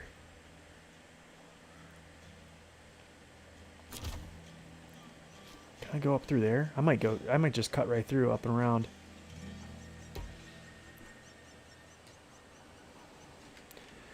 So you purchased it and it's not showing up. Okay, you're trying to work it out with Saber. Yeah, the thing is, I hear a lot of people have that issue, and I'm not sure like why it keeps happening. What platform do you have your game on?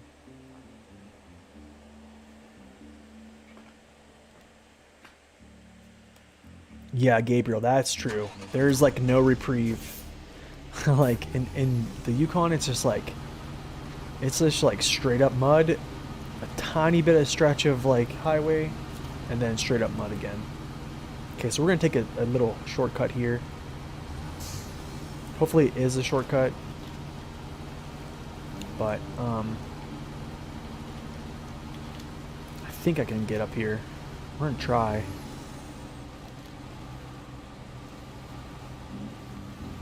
Maybe not.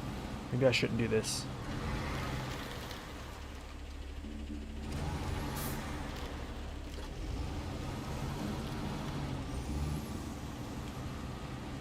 Yeah, we're not doing that. What was I thinking? Okay, I'm stuck inside of a tree. Dang, that's not good. Oh, that's not good at all.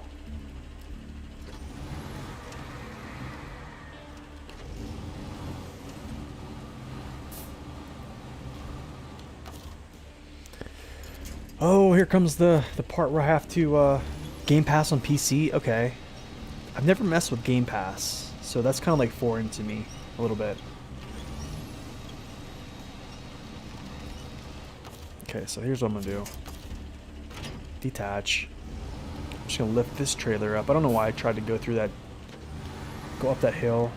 I thought the Voron could handle it, but that was pretty impossible. Oh wait, no. No. Back up.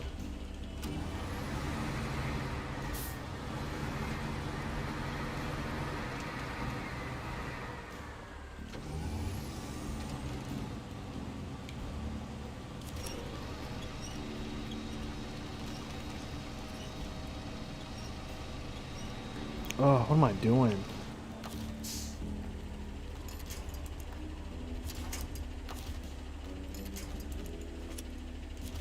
Yo, Quentin, what's up, man? Welcome to the stream. Happy New Year. Thank you for stopping in, man. Okay, come on. Where my cod at? See if I can get my... Yeah, I can.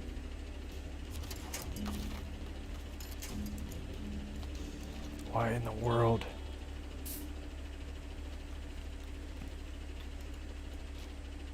Oh, it's like going nuts. Okay, what's going on? Okay, there we go. Sometimes, like, it goes, like, weird.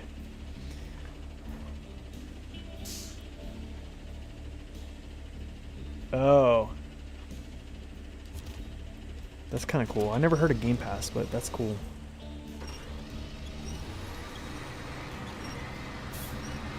Okay, now let's go forward.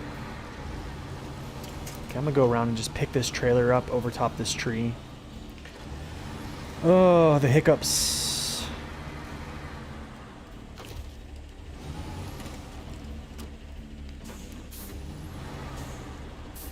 Yeah, Quentin, I'm glad you can make it, man.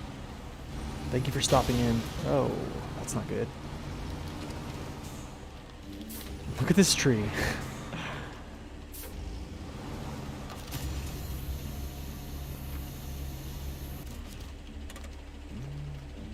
No, she's not.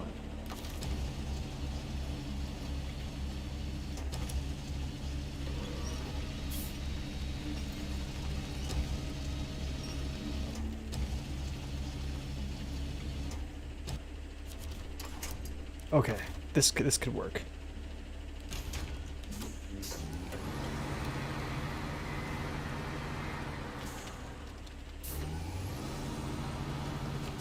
Oh, it's basically like Netflix, but for video games? Okay, that's kind of cool. I see what you mean now. That's kind of cool.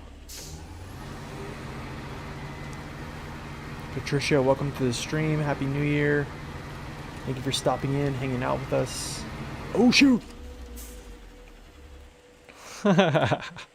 Okay, rescue time.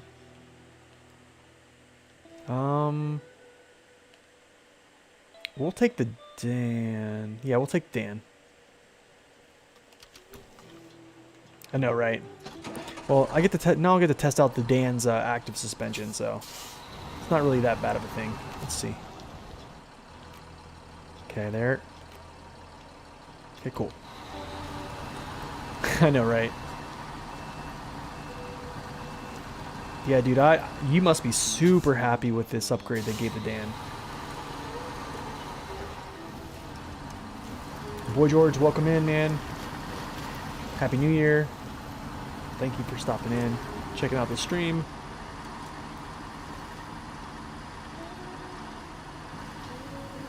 Could I do a video on the Yar? I eventually will do a video on those trucks, yeah.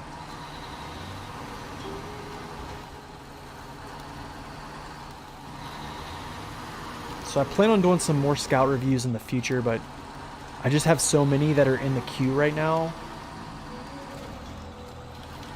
that, yeah, I definitely will get to it, Patricia. I do plan on reviewing every truck, that's for sure, so. Happy New Year, thank you. So yeah, I definitely will do a Yar review. I can't say it's going to be like super soon, but I will get to it.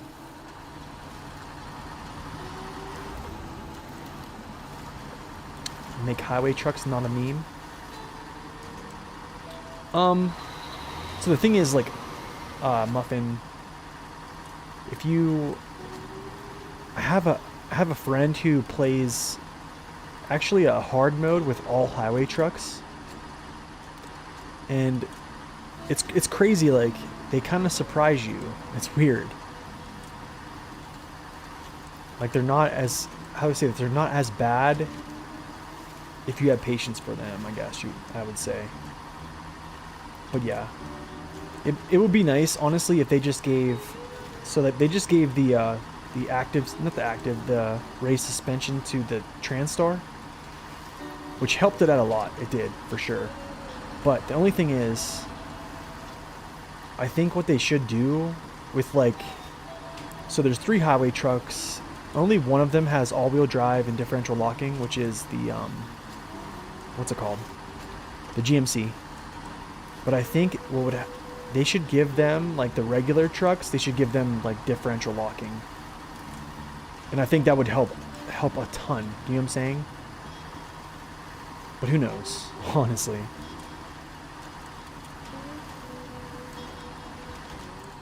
But yeah, if you want to see that series I'm talking about, with my friend's playing the all highway trucks, I can give you his stream. He streams on Twitch, but he's like insane.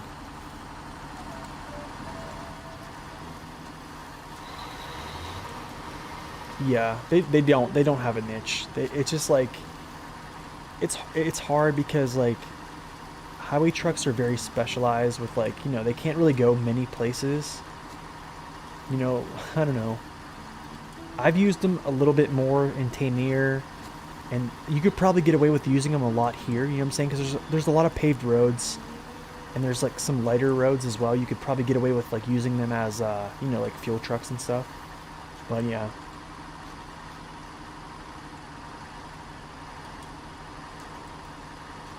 Patricia, yeah, I'm gonna do the Freightliner soon as well. That's definitely on the list. Like, I have, like, how do I say this? I have maybe like 5 or 6 trucks like in the queue, and they just take so long. I apologize. It takes so long to do just because, yeah, I spend about 40 hours on each of them. So, and like, yeah, it's just hard. If I didn't have like a full-time job, I probably would be able to like crank those out faster. But yeah, I promise I will get to those trucks for you. I just, it's just gonna take me some time.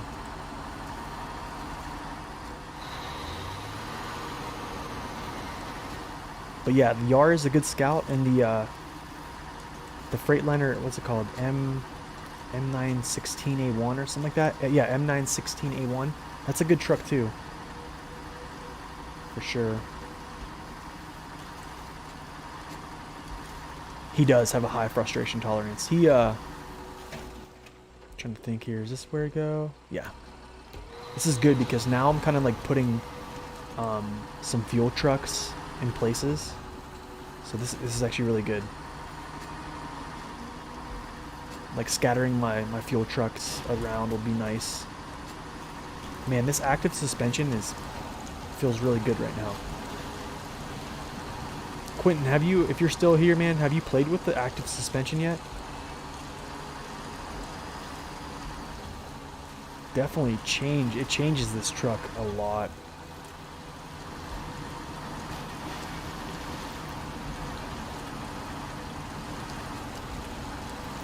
So yeah, he does have a high frustration tolerance, but like he's very skilled. I'm talking like he's very skilled. He's like he knows shortcuts like crazy. He's just a good player in general. He just likes to challenge himself.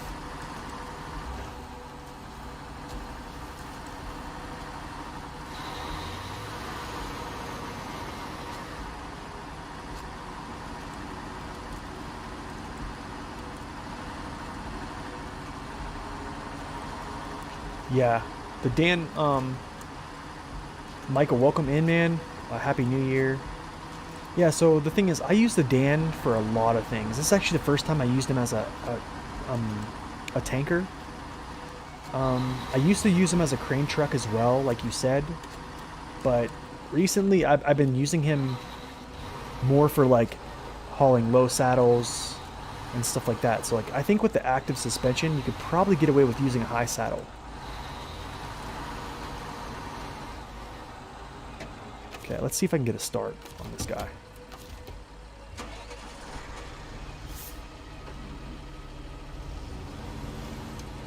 Booyah.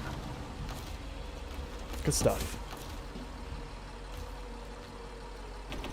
Fill you up, fill you up. I'm gonna back Dan out over here onto this trail. Do I know if the bumpers are strictly cosmetic? Do they make a difference? Oh, you mean like with like changing bumpers? I'm pretty sure some bumpers will catch. That's why, like, I mean, sometimes I'll use bumpers just for cosmetics. Like if, like this one here, I don't think I even have a bumper on it. It's just stock. Yep. Yeah, the active suspension is really good on the Dan. Like it's kind of like it changes it a lot. Like I've only driven it maybe, I would say. Okay, let's. I'm trying to think how I can do this.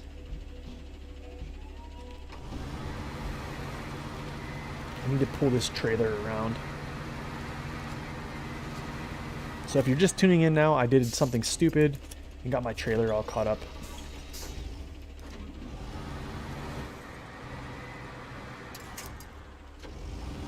Like an idiot.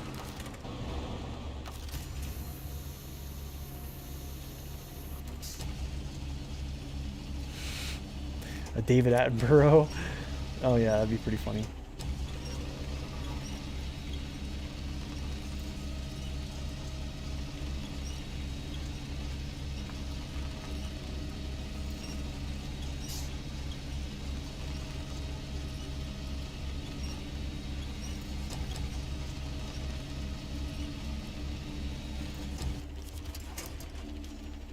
Okay.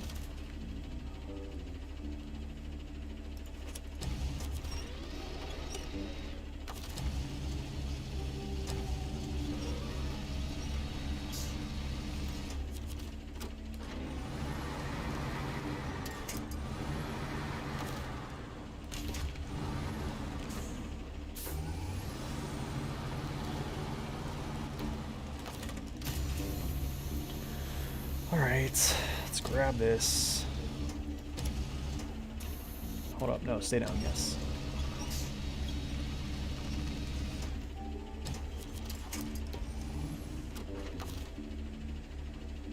Move.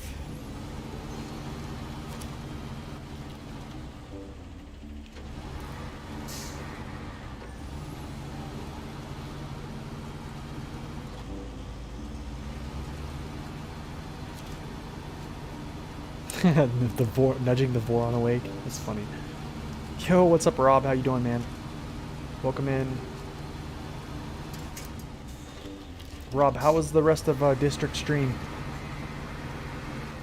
I couldn't stay the whole time, man. I had to go to the gym with my wife. We did like a leg workout, and yeah, it was pretty darn hard. Let's go back to daylight. So we're not on my hardcore playthrough, so I'm not gonna... I just want to see everything. Okay, off to get these... Okay, minor setback. Now we're going.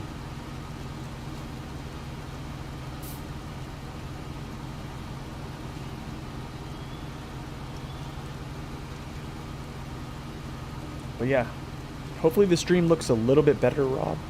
Rob, sorry. I've been tweaking it a little bit. I'm gonna tweak it a little bit more after I take a look at it after stream. Try to get some more detail out of it. Oh, okay, cool. He probably got pretty far. I know he just started a new hardcore mode, which is super exciting. Oh, that sucks, man. I'm sorry to hear that. Man, bad internet is like... Oh, that's terrible.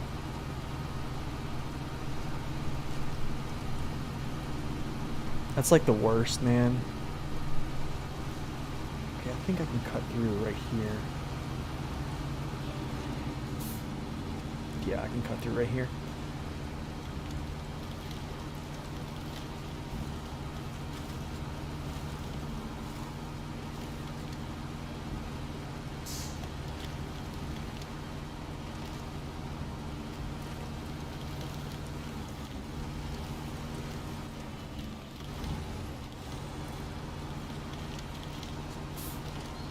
Yeah, that's right, Michael. That's correct.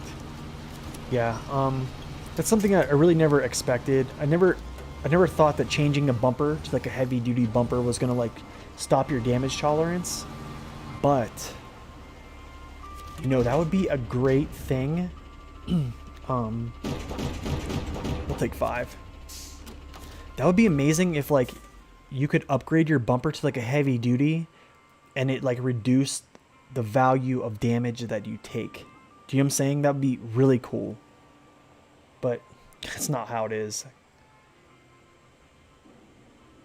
Your internet used to be worse?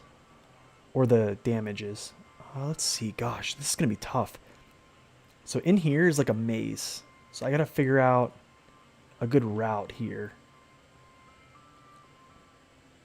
I'm just trying to figure this out here. I might have to actually go back the way I came. I know I can't go this way. This is like a side of a mountain. Oh gosh, this might be really tough.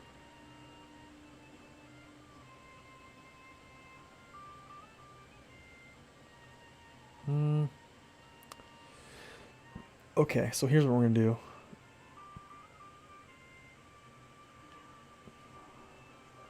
Yeah, we're gonna go back the way I came. So, I guess we'll get up here on this path. Come back down. You love hard mode? Oh man, hard mode is great. I love it. It honestly, like, I'm really excited to get back to my hard mode playthrough. Let's go like this. Let's get this across the street. You know, we'll go up this way. This way. We'll cross over. We'll go through these little, like, areas here. And I think I can squeeze through here. And then we'll just figure it out.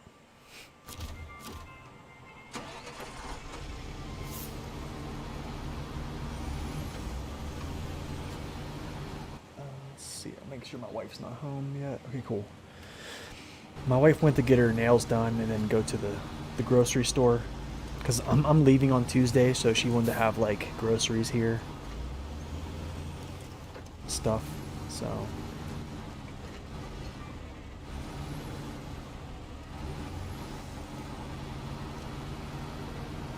Oh. I'm trying to... chose. I don't know if I'm saying that right, but... Yeah, man, if you don't want to spoil anything, I respect that. Appreciate you for stopping by, though, and saying hello. Happy New Year. Hope you're having a wonderful day, and hope you had a wonderful New Year. I'm the same way. I don't like spoiling myself, like with watching like playthrough.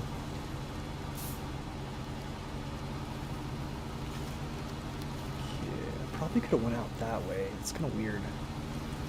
I need to like check on that. Take a different route.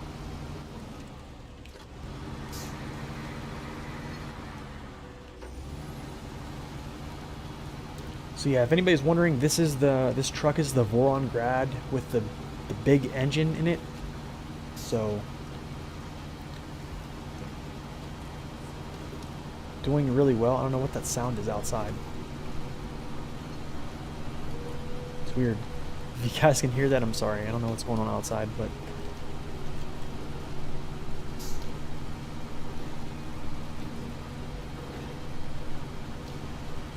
it's possible to cut through the corner of the warehouse. Oh, I think I know what you're talking about. This part right here. So basically you go down through here and then just cut through. I think I've actually cut through there before.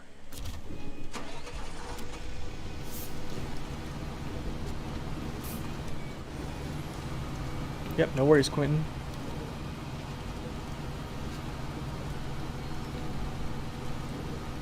But yeah, this is the Voron Grad new engine, big engine.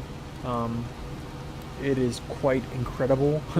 Has a ton of power. This I'm doing a review on this guy that should be out this coming Friday. I'm not sure what the date is going to be. I'm not sure what the date is for the review. But yeah, so look for that. Really exciting to do it. It's been a while. I'm kind of glad I held off on doing it because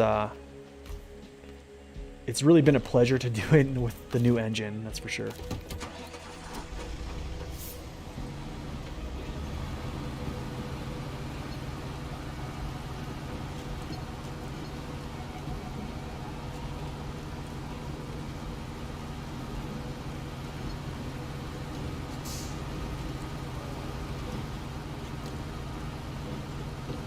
You're catching up though? That's good, man. It's a lot of content, man. That's the thing. These games, it's a lot. Like, you can spend... I mean, I think in total I have like... Oh gosh. I want to say like 2,600 hours right now. 2,600 hours, three different saves. And that's including like my own testing, research, stuff like that. I mean, you can just pour hours into this game with ease. It's kind of crazy. And this truck is insane. You can just, honestly, like, as soon as you start to move, you can throw this truck in high range and it will just take off.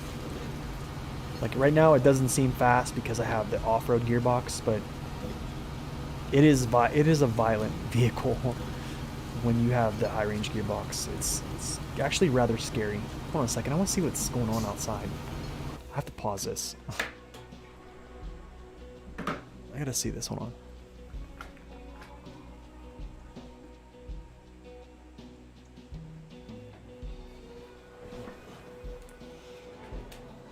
Oh. There's a little kid on a he's on like one of those battery operated like four-wheelers. I was like wondering, what is that sound? Yeah, he's out there having a ball. Oh cool, welcome back. See, like, these roads here, like, I really think they made this map, like, it's quite good. Honestly, like, there's a lot of trucks that, like, you can use on these maps. It just, like, there's certain areas, like, that's why, like, scouting, I don't know, scouting areas is really important. So I probably could make it pretty far with the highway truck on these roads. Dang, this is a good route. This is beautiful, man.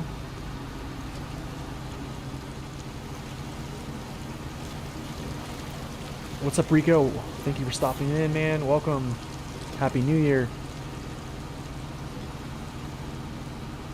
We're just trying to open up some bridges right now. And this is where I need to go to diff lock.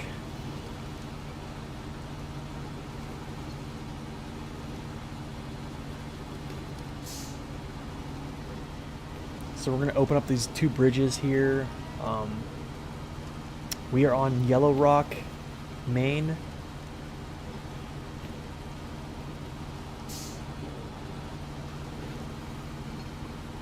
Hope you had a good New Year's, by the way, Rico.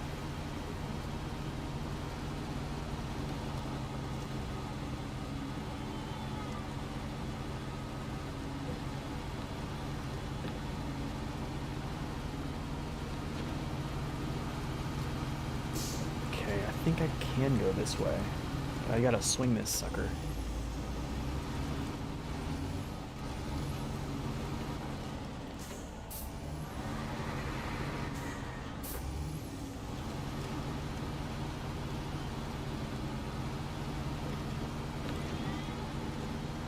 See, like right there. Right there's a good reason why I use semi-trailers over hitch trailers. I talk about this all the time. Just like, they're so much more maneuverable. And they're basically like an extension of your vehicle because they're attached. Like they're attached to your hitch. So, not your hitch, but your saddle. So like, your stability is factored into that stability as well. Like with hitch trailers, they're like, how do I say this? I keep stuttering. But they are a separate entity, I feel like. So like your hitch trailer, like we can go over this, and then my hitch trailer like flips right there over this little hump right here, and then all my cargo goes, and then I have to like, you know, re-establish my cargo and set it up. But like with this, like it takes the properties like of my vehicle. Like my balance is like calculated into it, I guess you would say. It sounds very nerdish, but like I really feel that using a semi-trailer is a better option. I literally played a whole playthrough up to like the Yukon, just using like the sideboard bed crane and then like a 4-slot hitch. And then after that I was like, you know what? I'm gonna switch it up. Oh shoot. Oh shoot. Okay, I gotta figure this out. Maybe I backtrack? Maybe I backtrack and come down through here.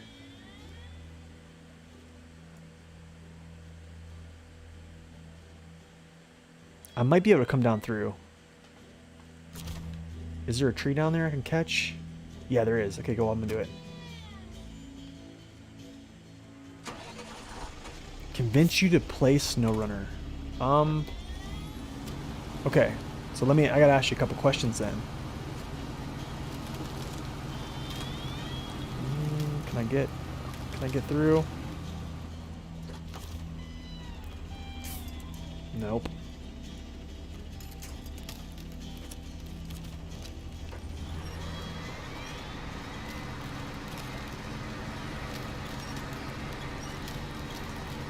Let's try this. Let me see if I can get my tire up on here. Get farther. No, that's not gonna work.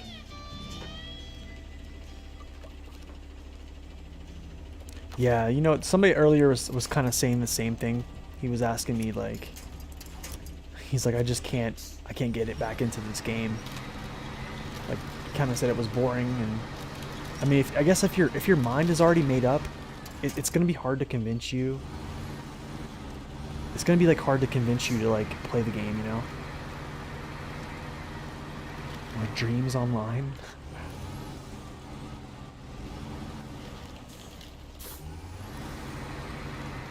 SnowRunner is the Dark Souls of freight sims. Yo, that is a very good, come on, man. These, like, things are death. That's kind of true. Yeah, right there, like, me turning around in this area, I know I got caught there. But doing that with a hitch trailer is not fun. Like, I just got in and out of that situation like relatively quick. Like that would have been a whole ordeal if I had a hitch trailer. Like you have to be, like your routing has to be really good. And in tight places, like it's better to have this than the hitch trailer. So like that's the thing, like you're gonna lose a cargo spot, right? Because like 5 slots, but like you can make that up by just holding a piece of cargo with your crane. Okay, we're gonna go through here, and then I'm gonna kick back over.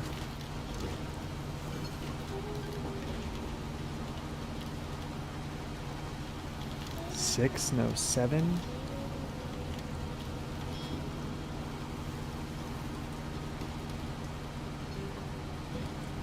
Yeah, you can, I mean, you can do that. I mean, even with this setup, I could take 6 pieces of cargo. I can just stack 2 on top of my cab and then pin them down with this crane, and then I have 7 pieces. So, I mean, it's all about how you want to play, honestly. But, like, I always play with a semi-trailer now.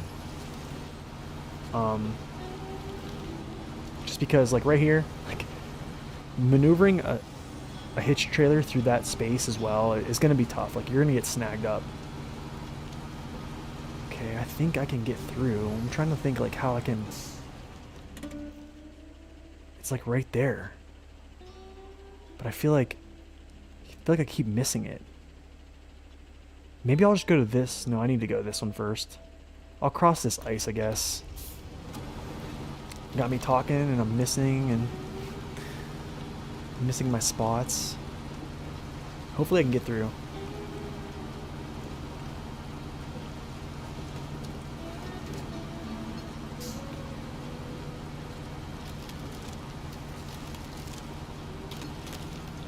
Cool.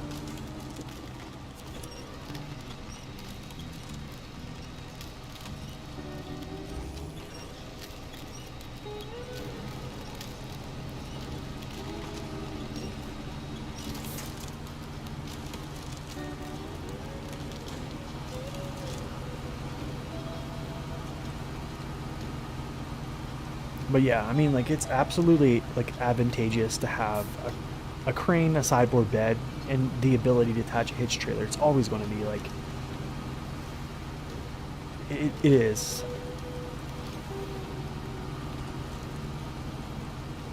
Sorry, I'm, like, moving my camera, like, rapidly, because, like, I'm, like, looking for myself to tip over. Okay, let's see.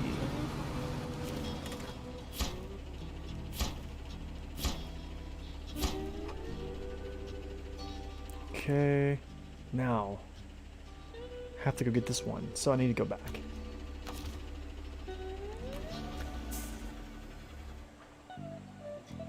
One on the roof, one on the hood. 7 items of A. Okay.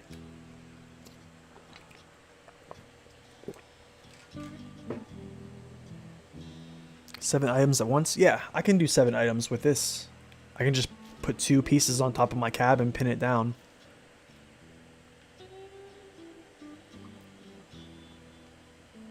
They did make unloading really slow. It's kind of weird. Okay, so now I need to get back to... I'm trying to think how I'm going to get through here. I need to get over here.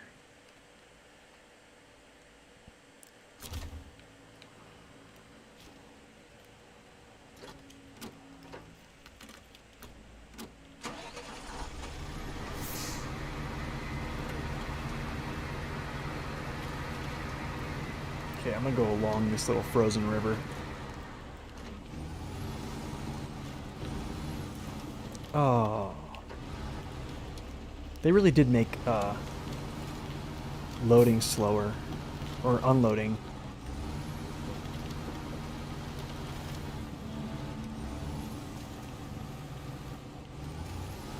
Okay, cool, thank you. Let me through.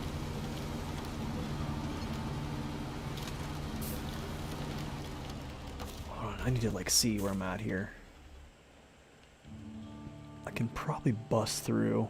So actually what I'll do is I'll go here, I know I busted through it that way. Go over this way. Around this framing. Back over here. I might be able to cross here. We'll check. When I go down through here, we'll check. So that's kind of like where I'll pick it up later. Oh, I thought that tree could like break.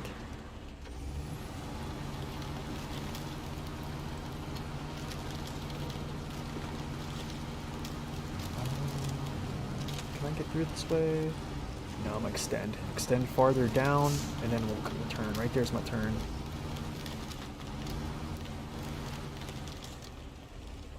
So these little, actually hold up. These little like birch trees, can't break those, so.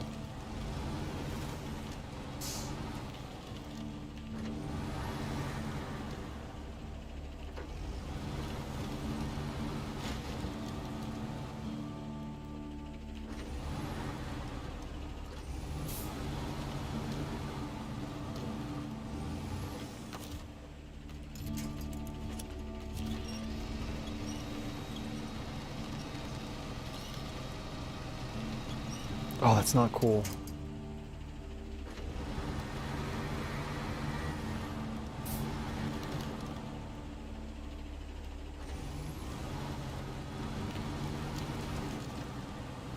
That sucks. Right at the tail end, it got caught. Alright, whatever. So what we'll do is we'll back out. I'll just go through these little trees right here. It's probably what I should have did. So we'll just back out of here.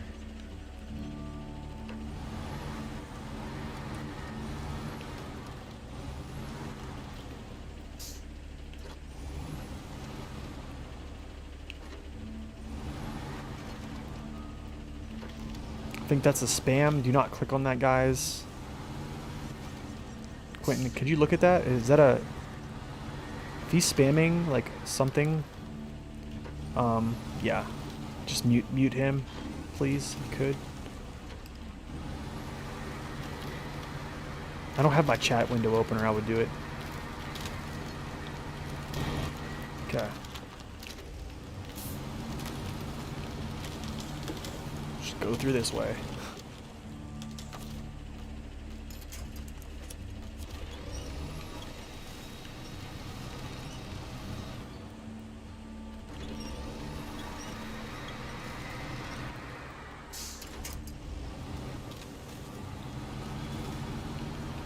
There we go.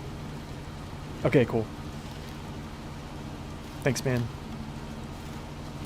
Yeah, I don't know. That we've been having a couple guys come through and do that, and that's been happening on Twitch too, actually. A couple of my friends have been getting people who are like spamming like these. I forget what their name is. It's like the same name over and over, but different numbers. And yeah, they just keep spamming stuff. So yeah, if you guys ever see links like that, whenever like I'm not mentioning anybody to upload a link, just don't click on it.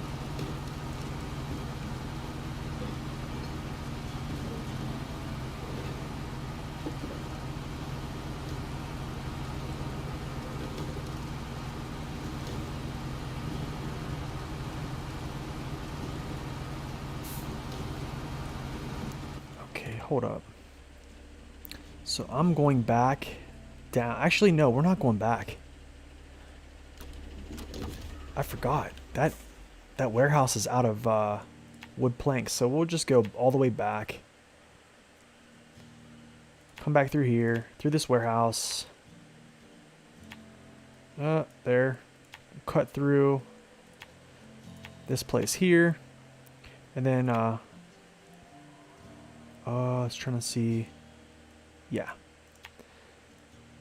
So here's a good cut through, guys. If you haven't messed around with this area, these like little patch of trees, you can get through here because this area crossing this is like a big barrier. So it's just an easier way is just to cross through. Like after you come through this way, just come down this way. Don't go through this area. It gets all blocked off. Like it's not fun. So it's just a much easier route. Mr. Zeller, thank you so much for coming in, man. Happy New Year. Oh, nice. You love my work. I appreciate that, man. Thank you so much. It means a lot. I'm glad you enjoyed. I definitely I try to make it very informational and hopefully it's enjoyable as well. So I appreciate that compliment. Thank you.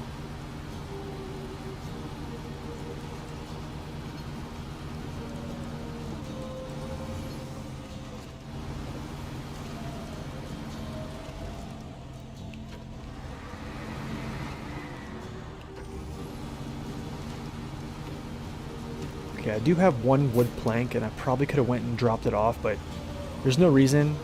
I need to go grab 3 more, and then turn it in, so I might as well just go grab the rest, and then come back, and then finish that one.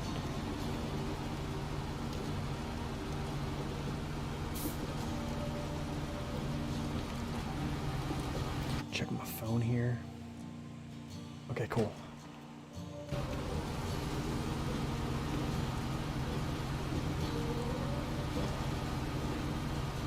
But yeah, Mr. Zeller, I think his name. I'm not sure if I'm probably gonna slaughter your name, man. Akos. I'm not sure. Sorry. I can call you Mr. Zeller, but I'm terrible with names, so forgive me if I slaughter anybody's name that I call out. I'm good with faces. I'm just not good with names.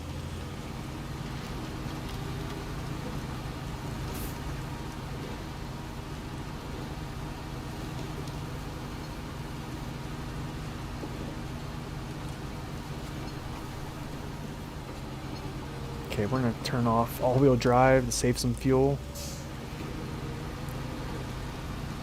on these roads. Oh man, thank you, Michael, for that. I appreciate that. That means a lot. Seriously.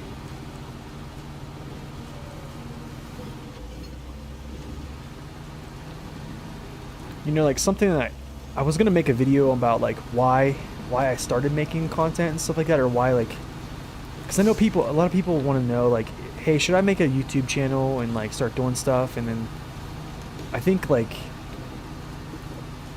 I do have a lot to say about it, because I've heard like different, like you have people that just bring out videos or like, yeah, this is what you do to be successful and this and that, and like to me, I didn't get into doing this to be successful. Like I did it because like when I started the game, like no one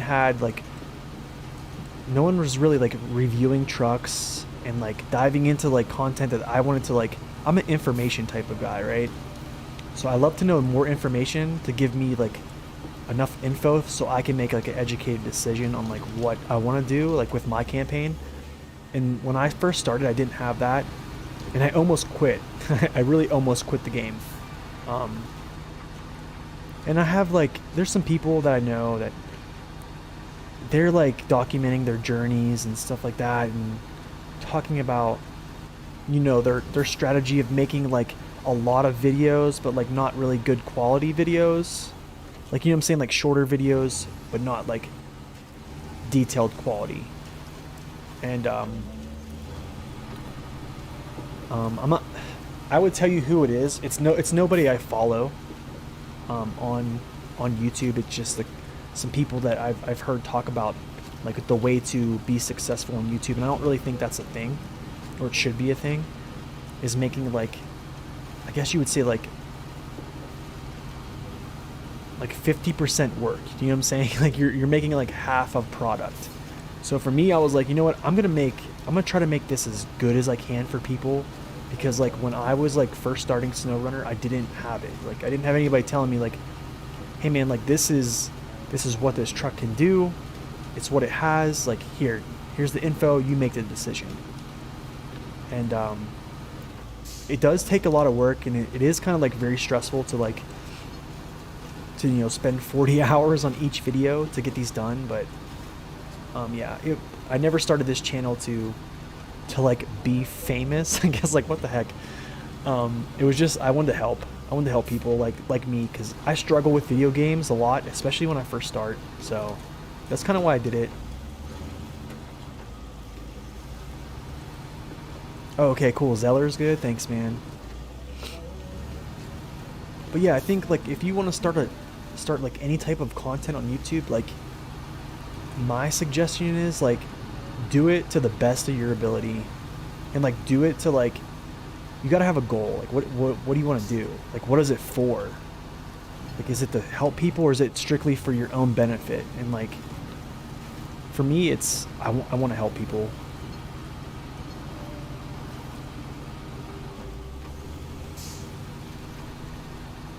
Like I think this is a very chill game, and like I don't know, I'll be playing it for a little bit. I know that for sure. So yeah, thank you guys for those compliments. It really means a lot, because it does take a lot of work. So I appreciate that you guys are enjoying it. I am not on PS4. I'm on a PC, and I just play with the controller in hand. So I love console, man. I've always been a huge console guy. Shoot, I probably should have got gas somewhere. Let's see. I'm trying to think. Let me see if I can get gas somewhere over on the other map. Warehouse. Wooden planks, no. Okay, I need to go get gas.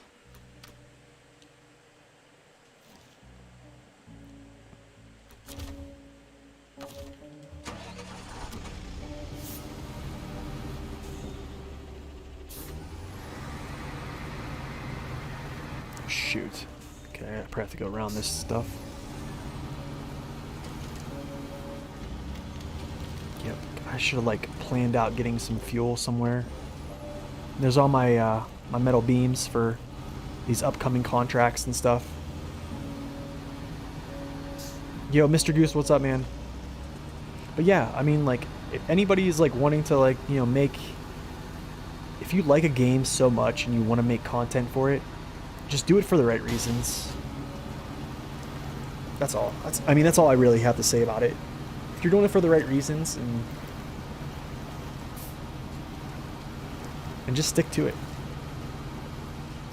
Honestly, it was really hard to start making these reviews. It's just like I've learned so much like along the way. Just with the researching, like looking at game files, different ways of like, you know, the post-processing stuff, or just like the editing. Because like if you look at my first videos, they were, I don't want to say the quality was like good, because it wasn't. But like that's also something, is like you have to learn so much, and it's part of the process. It's part of the journey, you know. So it's also a very, very good part of it as well. Okay. 5600 TS, give me some fuel. Thank you, sir. Now we'll be back. Oh man, SnowRunner is really time consuming. It really is.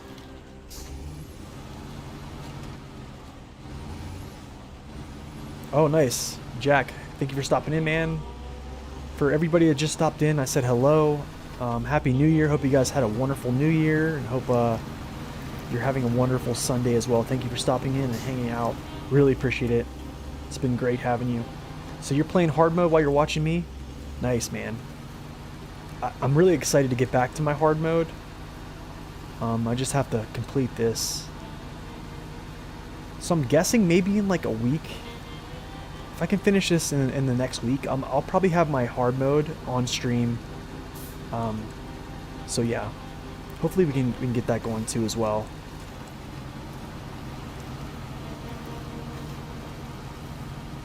Where are you at in hard mode, Jack, if you don't mind me asking?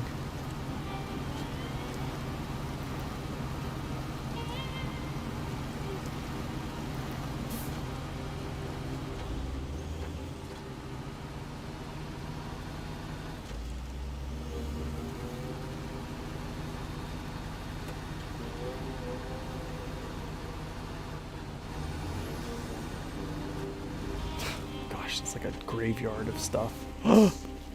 Oh gosh. Gamer, I didn't have to buy season 6 because I bought the year 2 pass. So if you buy the year 2 pass, it comes with, I believe, here, I can kind of walk you through this. You probably already know this stuff, so if you do, just stop me. So the base game has Michigan, Alaska, Tamir, and then the year 1 pass has the Kola Peninsula, the Yukon, Wisconsin, and then Amur.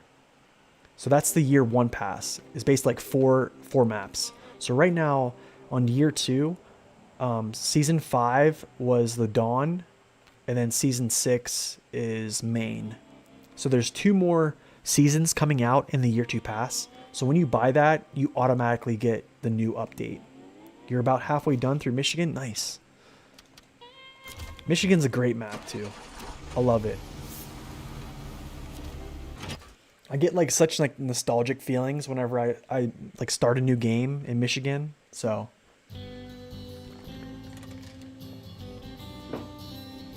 I think like something that would make the game. Okay, where are we going here for these? I'm trying to think. Where's wood? Like, I think wood planks. Yeah, crap. Oh, I don't like going over here. That's fine. The Voron's pretty good about this. What's my favorite out of the DLC maps so far? And do I have a ranking? I can kind of like show you, like kind of like talk about it right now. I don't have like a formal ranking, I guess you would say. Like I have formal rankings for my other like truck reviews. But for DLC, so if we're talking year 1, I think my favorite DLC from year 1 is definitely going to be Wisconsin. I felt like Wisconsin felt a little bit like Michigan a little bit with some added difficulty and some like game twists. So yeah, Wisconsin was great. I really liked it a lot. I mean, I did like Amur, but it was just so hard. Do you know what I'm saying? Like, I kind of like ranted on like why I think why the developers made Amur so hard. But I mean, there are parts like Cherno-Kamensk is a decent map. It's like kind of like a reprieve. Okay, so for the year 2 pass, I'm gonna say Maine. Right now, I think of all the DLCs, I think Maine is the best right now. And I'm basing this solely off. I just started Yellow Rock, and you know, like I'm just starting a task, but like based on like what I've already played on the lowland, like if you go back through my, gosh, my back is like hurting. If you go back through my streams and look at like my gameplay, I was using trucks like the 114 SD, the HX 500, and like all these trucks that like you really couldn't use like back in, you know, on a Amur you would just be like, it'd be, you know, terrible. But on Maine, like you can use some of those and it's kind of nice. So right now I'm gonna say Maine. That was kind of long-winded, so I apologize, but I'm gonna say Maine right now.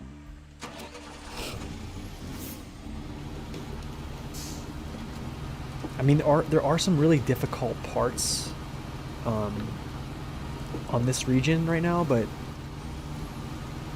it just feels like it's doable. You know what I'm saying? It's not like crushing your hopes and dreams like Amur did.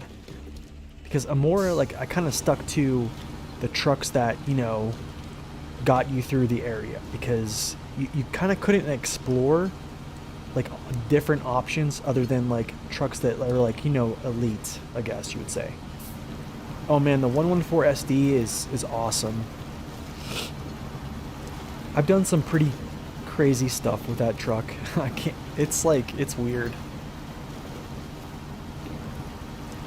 It's a good, it's really a good truck. I think so. I used it a good bit here on these maps, so.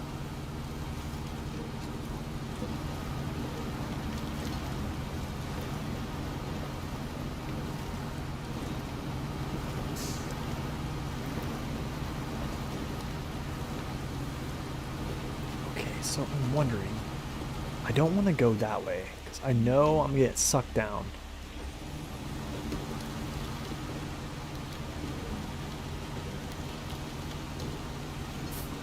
Oh yeah. Yep. And Mondra was good in its own way. It really was. Or the Kola Peninsula was, for sure.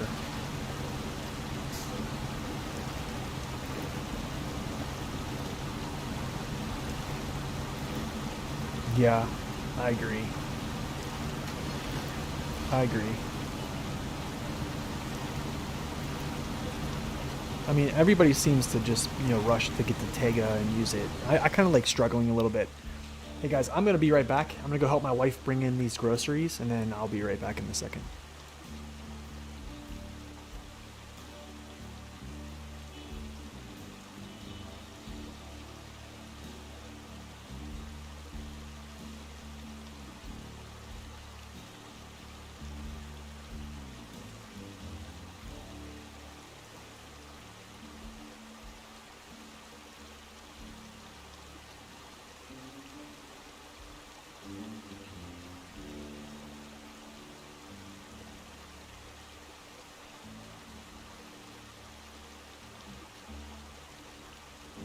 All right, we're back.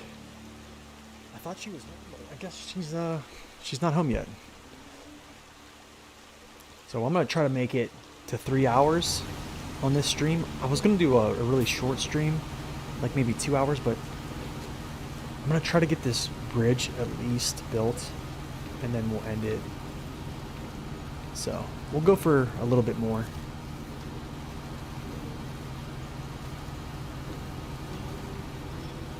And what I'll try to do for next stream is I'll try to bring some different trucks up here to use. So maybe I'll bring the 114 SD up into BlackRock and stuff like that. And some other ones. I was using the HX 500. I think I used the what was it? The P512. That thing did decent, honestly, which I wasn't expecting.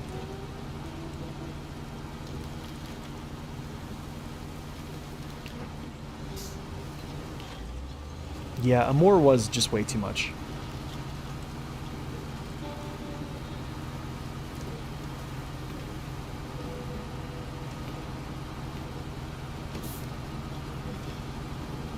Yeah. I mean, 500 hours is a lot of time still, too. Sorry, there's this little kid going down the street.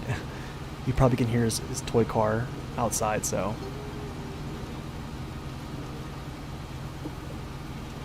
Yeah, it's just a very time-consuming game. It really is. It just takes time. You really have to be patient.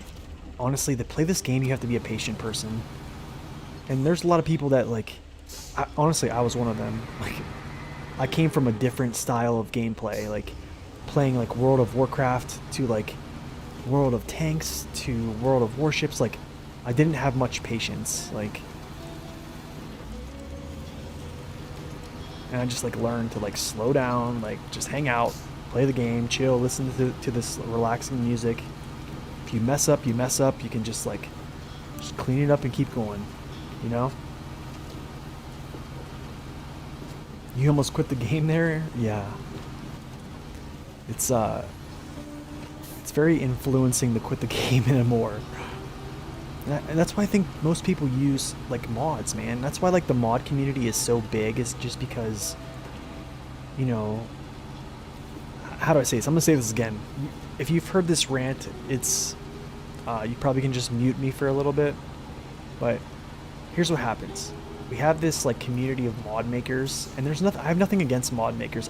I think they make great mods. I used to use them, and I quit before I started making reviews. I stopped using all mods. Period. But the thing is, you can hear his toy car outside. It's kind of funny. So around like phase 3, when Wisconsin came out, we had people complaining that it was too easy, right?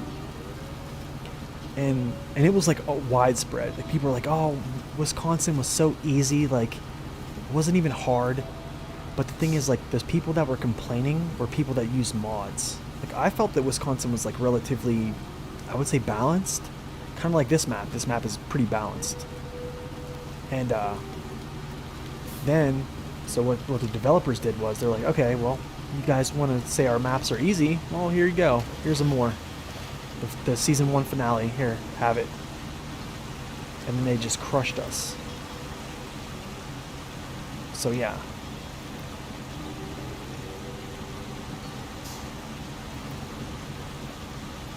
So you see I kind of like turned with the with the stream there, or I would have tipped. Yeah, Maine is my favorite season too. The ANK flipping and the dairy being so gutless. Okay, so the ANK, they actually rebalanced them. I haven't got into the game files to like actually confirm it, like and how it's changed. But like driving the ANK civilian a little bit, it does feel like it's a little better on the tippy side. And then the dairy. I don't know if you played the dairy with the new engine, but it feels, I wouldn't say it feels like a total turnaround, but it feels good. I think it feels better. How to say it? It's hard. So the crazy thing about the dairy is it's one of the heavier vehicles in the game. So like to make that vehicle like a crazed, powerful maniac, you would have to give it like one of the strongest engines in the game. And I think right now, the engine that's in it is like, it's up there. Has to be in the top 10 because it gives it like an A power to weight, and it weighs like, gosh, it's one of the heavier trucks in the game right now. But yeah, the old dairy with like its power not being that good. Oh man, that drove me nuts, but I still love it. Yeah, that river crossing. That was kind of crazy. You have to like go with the river or you'll flip. You will. Like I turned into that current there. So a truck that drives me nuts. I would say any truck that's like that doesn't have balance, or like a truck that burns too much fuel is like I don't know. That drives me nuts. I think like the 5600 TS and how much like gas it burns, that it kind of gets to me because like I don't know, I really want to use it more, but it just burns through fuel, or like I make one trip with it somewhere and I have to like immediately start looking for gas or have to bring a fuel truck to it or something, you know? It's just like, or just trucks that tip in general. Okay, let's see. I'm gonna catch up on chat here and then I'm gonna continue.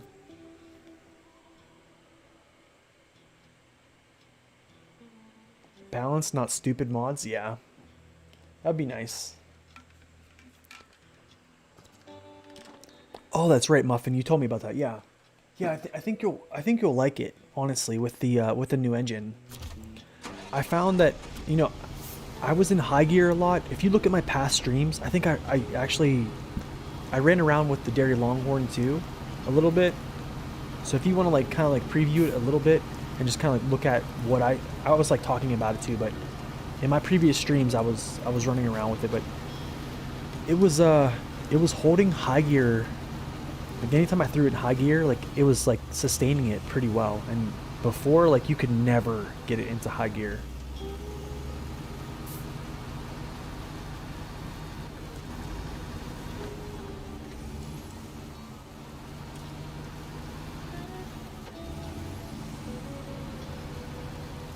Hold on, I'm actually gonna read this comment here. I'm gonna slow down.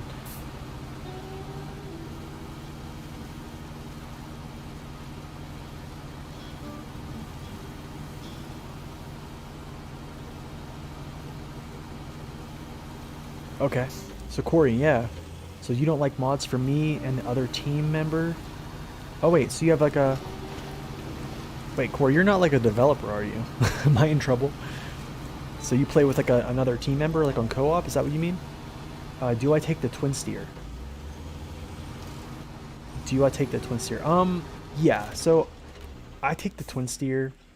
I'll actually go back to the garage and kind of give you... I talked about it a little bit on my review about the twin steer. But I'll kind of like quickly tell you about like when I take it, how I take it. But I can tell you straight up, like Corey, on my hardcore playthrough, The only time I really I keep a truck is if it can do multiple things for me.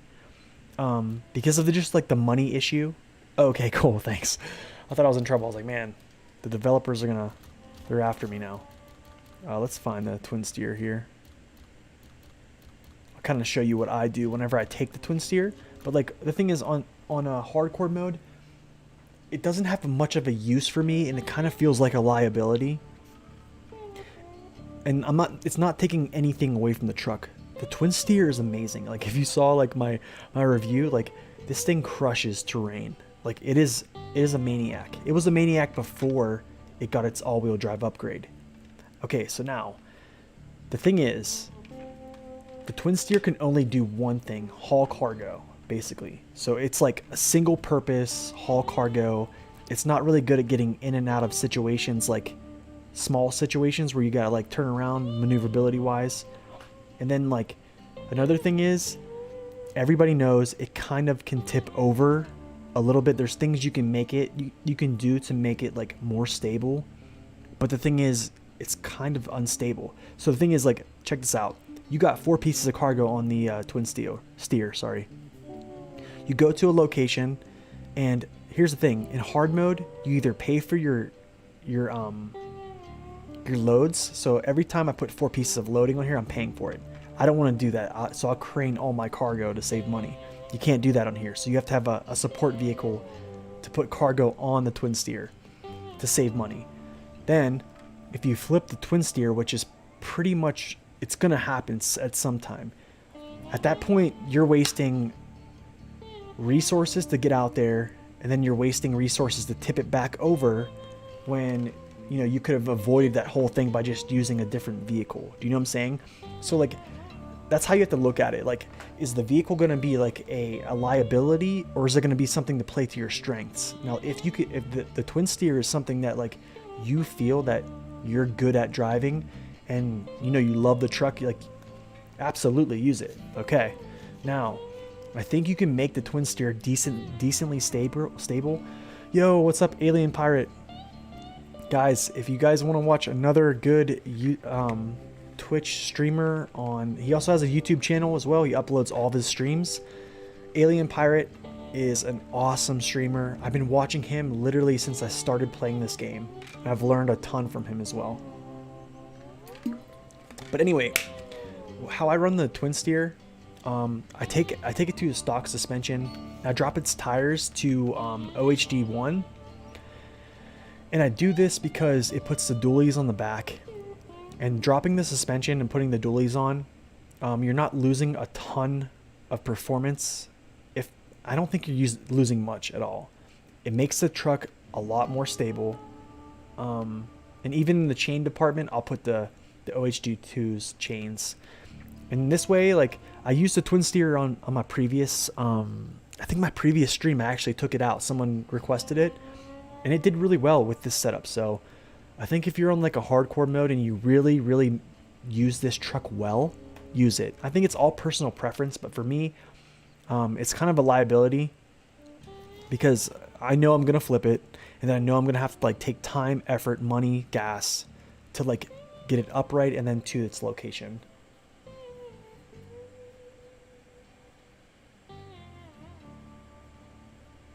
Yeah, there is a gap. That's true. There is a gap with the Russian and American trucks right now. I don't think that's ever going to change. Like, the developers are, you know, they're Russian, so it's kind of like, you know, they're going to skew it in the way to make their vehicles better than the rest, you know. Okay, where was I at?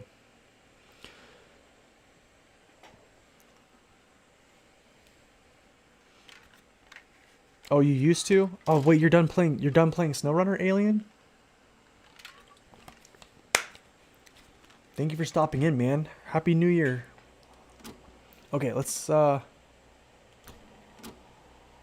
yeah, so like, Corey, if you're on hardcore, this is not a hardcore playthrough. I do have a hardcore playthrough that's currently on Amore, and I have a hardcore video that kind of like walks you through some stuff.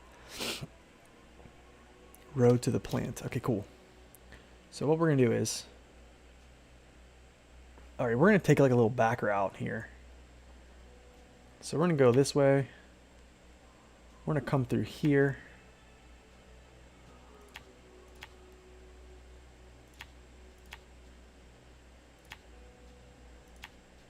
I think I can get through here. I don't know. We're gonna find out. West Bridge. Wait, do I have to go around? I might have to.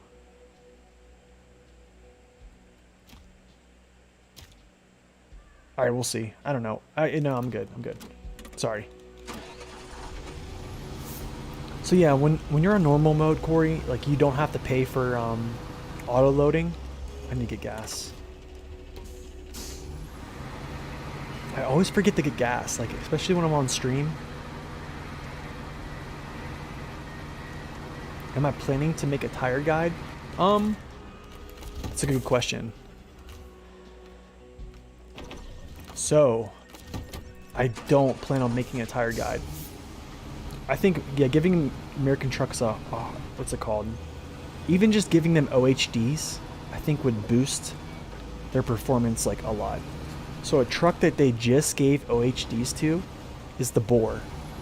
The Boar had the UODs, which is like the standard off-road American tires that you get. And the Boar had them. And it was like struggling a lot.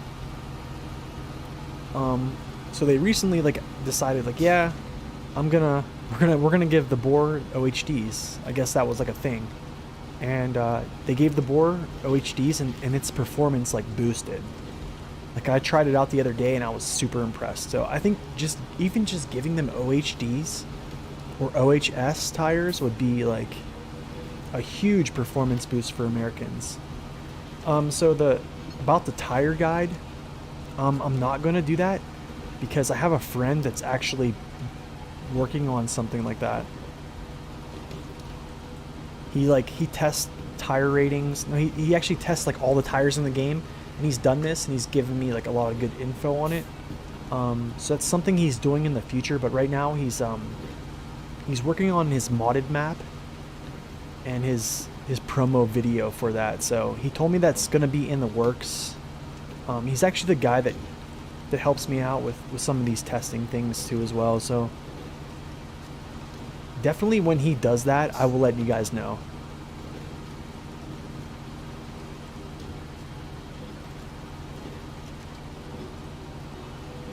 Yep. That's true. Versatility, insane consumption. Yeah, there's always a catch. That's how it's been feeling lately. It's like, oh my goodness. Am I going to be able to get over this? Okay, hold on a second.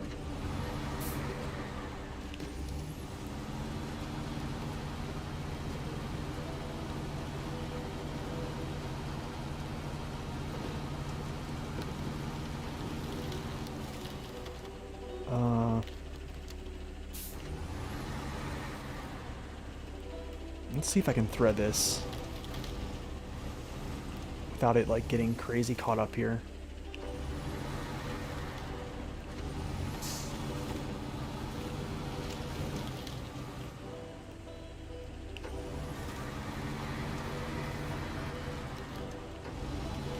Yo, what's up, Songs? Welcome to the stream. Happy New Year. Hope you had a great day, great New Year as well.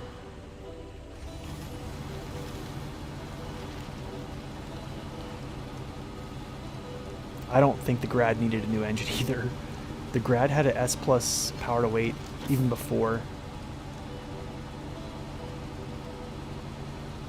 Oh, you feel like you struggled?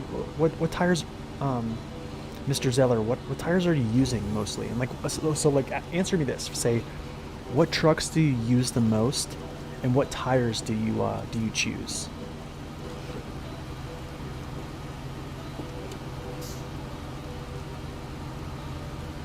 Yeah, Muffin, you're definitely right. It didn't really need a new engine, but I'm not complaining. I think it really, this engine, like, yeah, I'm gonna like, kind of like hold back on talking about this truck because my review, I don't want to spoil it. But the engine is amazing, that's for sure.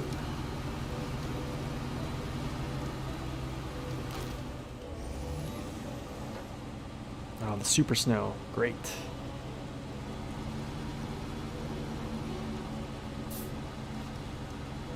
Oh yeah, Jack, that's so true. You have to plan everything out. Hard mode is like it's like a planning game. It's kind of fun though. Okay, so we're coming up on our last drop off for the day. I think so.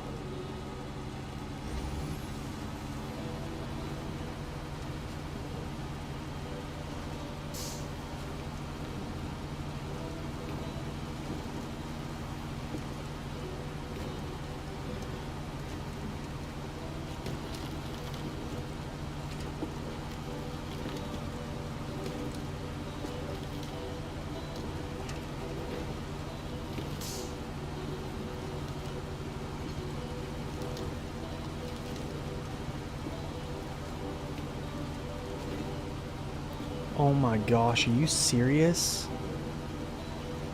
Microsoft update killed your laptop? And you got the... Oh my gosh, man, I am so sorry to hear that. That is unfortunate, man.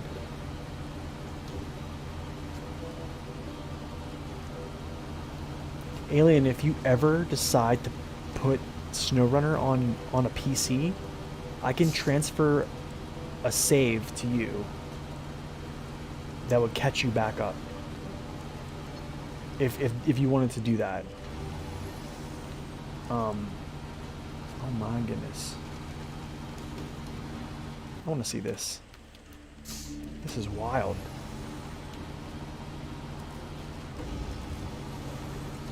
Man, that sucks. Oh, man, that is so unfortunate, man. I'm so sorry to hear that. Gosh.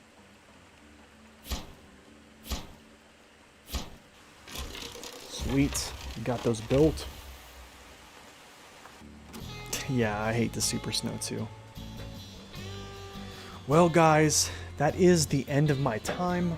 I wish I could stay around and do some more, but I gotta get ready, pack, help with dinner, and do some adulting, I guess. So, Alien, I'll message you on Twitch and we'll talk a little bit. But the Dan, the Voron, Tatra, but any truck with mud tire. Okay, so start using the MAs. Here, actually, hold on. Before I go, I'll kind of like, I'll talk to Mr. Zeller here for a second. Hey, thank you for that, Muffin. Appreciate that. Yeah, I hear you, Alien. I'm sorry to hear about that, man. Dang. So, Zeller. So here's the thing. I would use, if you're gonna use a mud tire, if you have the MHS, use either the 1 or the 2. I don't want to get into it, but like if you go back in my stream, I talked about somebody that does some testing. He said that the 1 actually performs better than the 2, but you're gonna get good performance out of both these. For the MSH, I would just use 1. Yeah, just use 1 or 2, and you should be okay. But yeah, you should be okay. But yeah, let me know. Hopefully I'm traveling on a work trip here on Tuesday. I'm not sure when I'll stream, but hopefully this coming week I'll do a stream, maybe before my Voron video comes out. But anyways, guys, thank you so much for coming out. Happy New Year, and we'll talk to you later. Look for my review. What's up, Jared? That's my brother, by the way.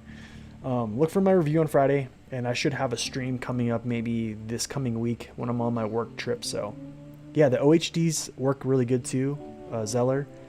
OHD 2s or 1s, they work good too. And they give good stability as well. But anyways, guys, I gotta bounce. So until next time, God bless, stay upright, and Happy New Year. We'll see ya. Peace out.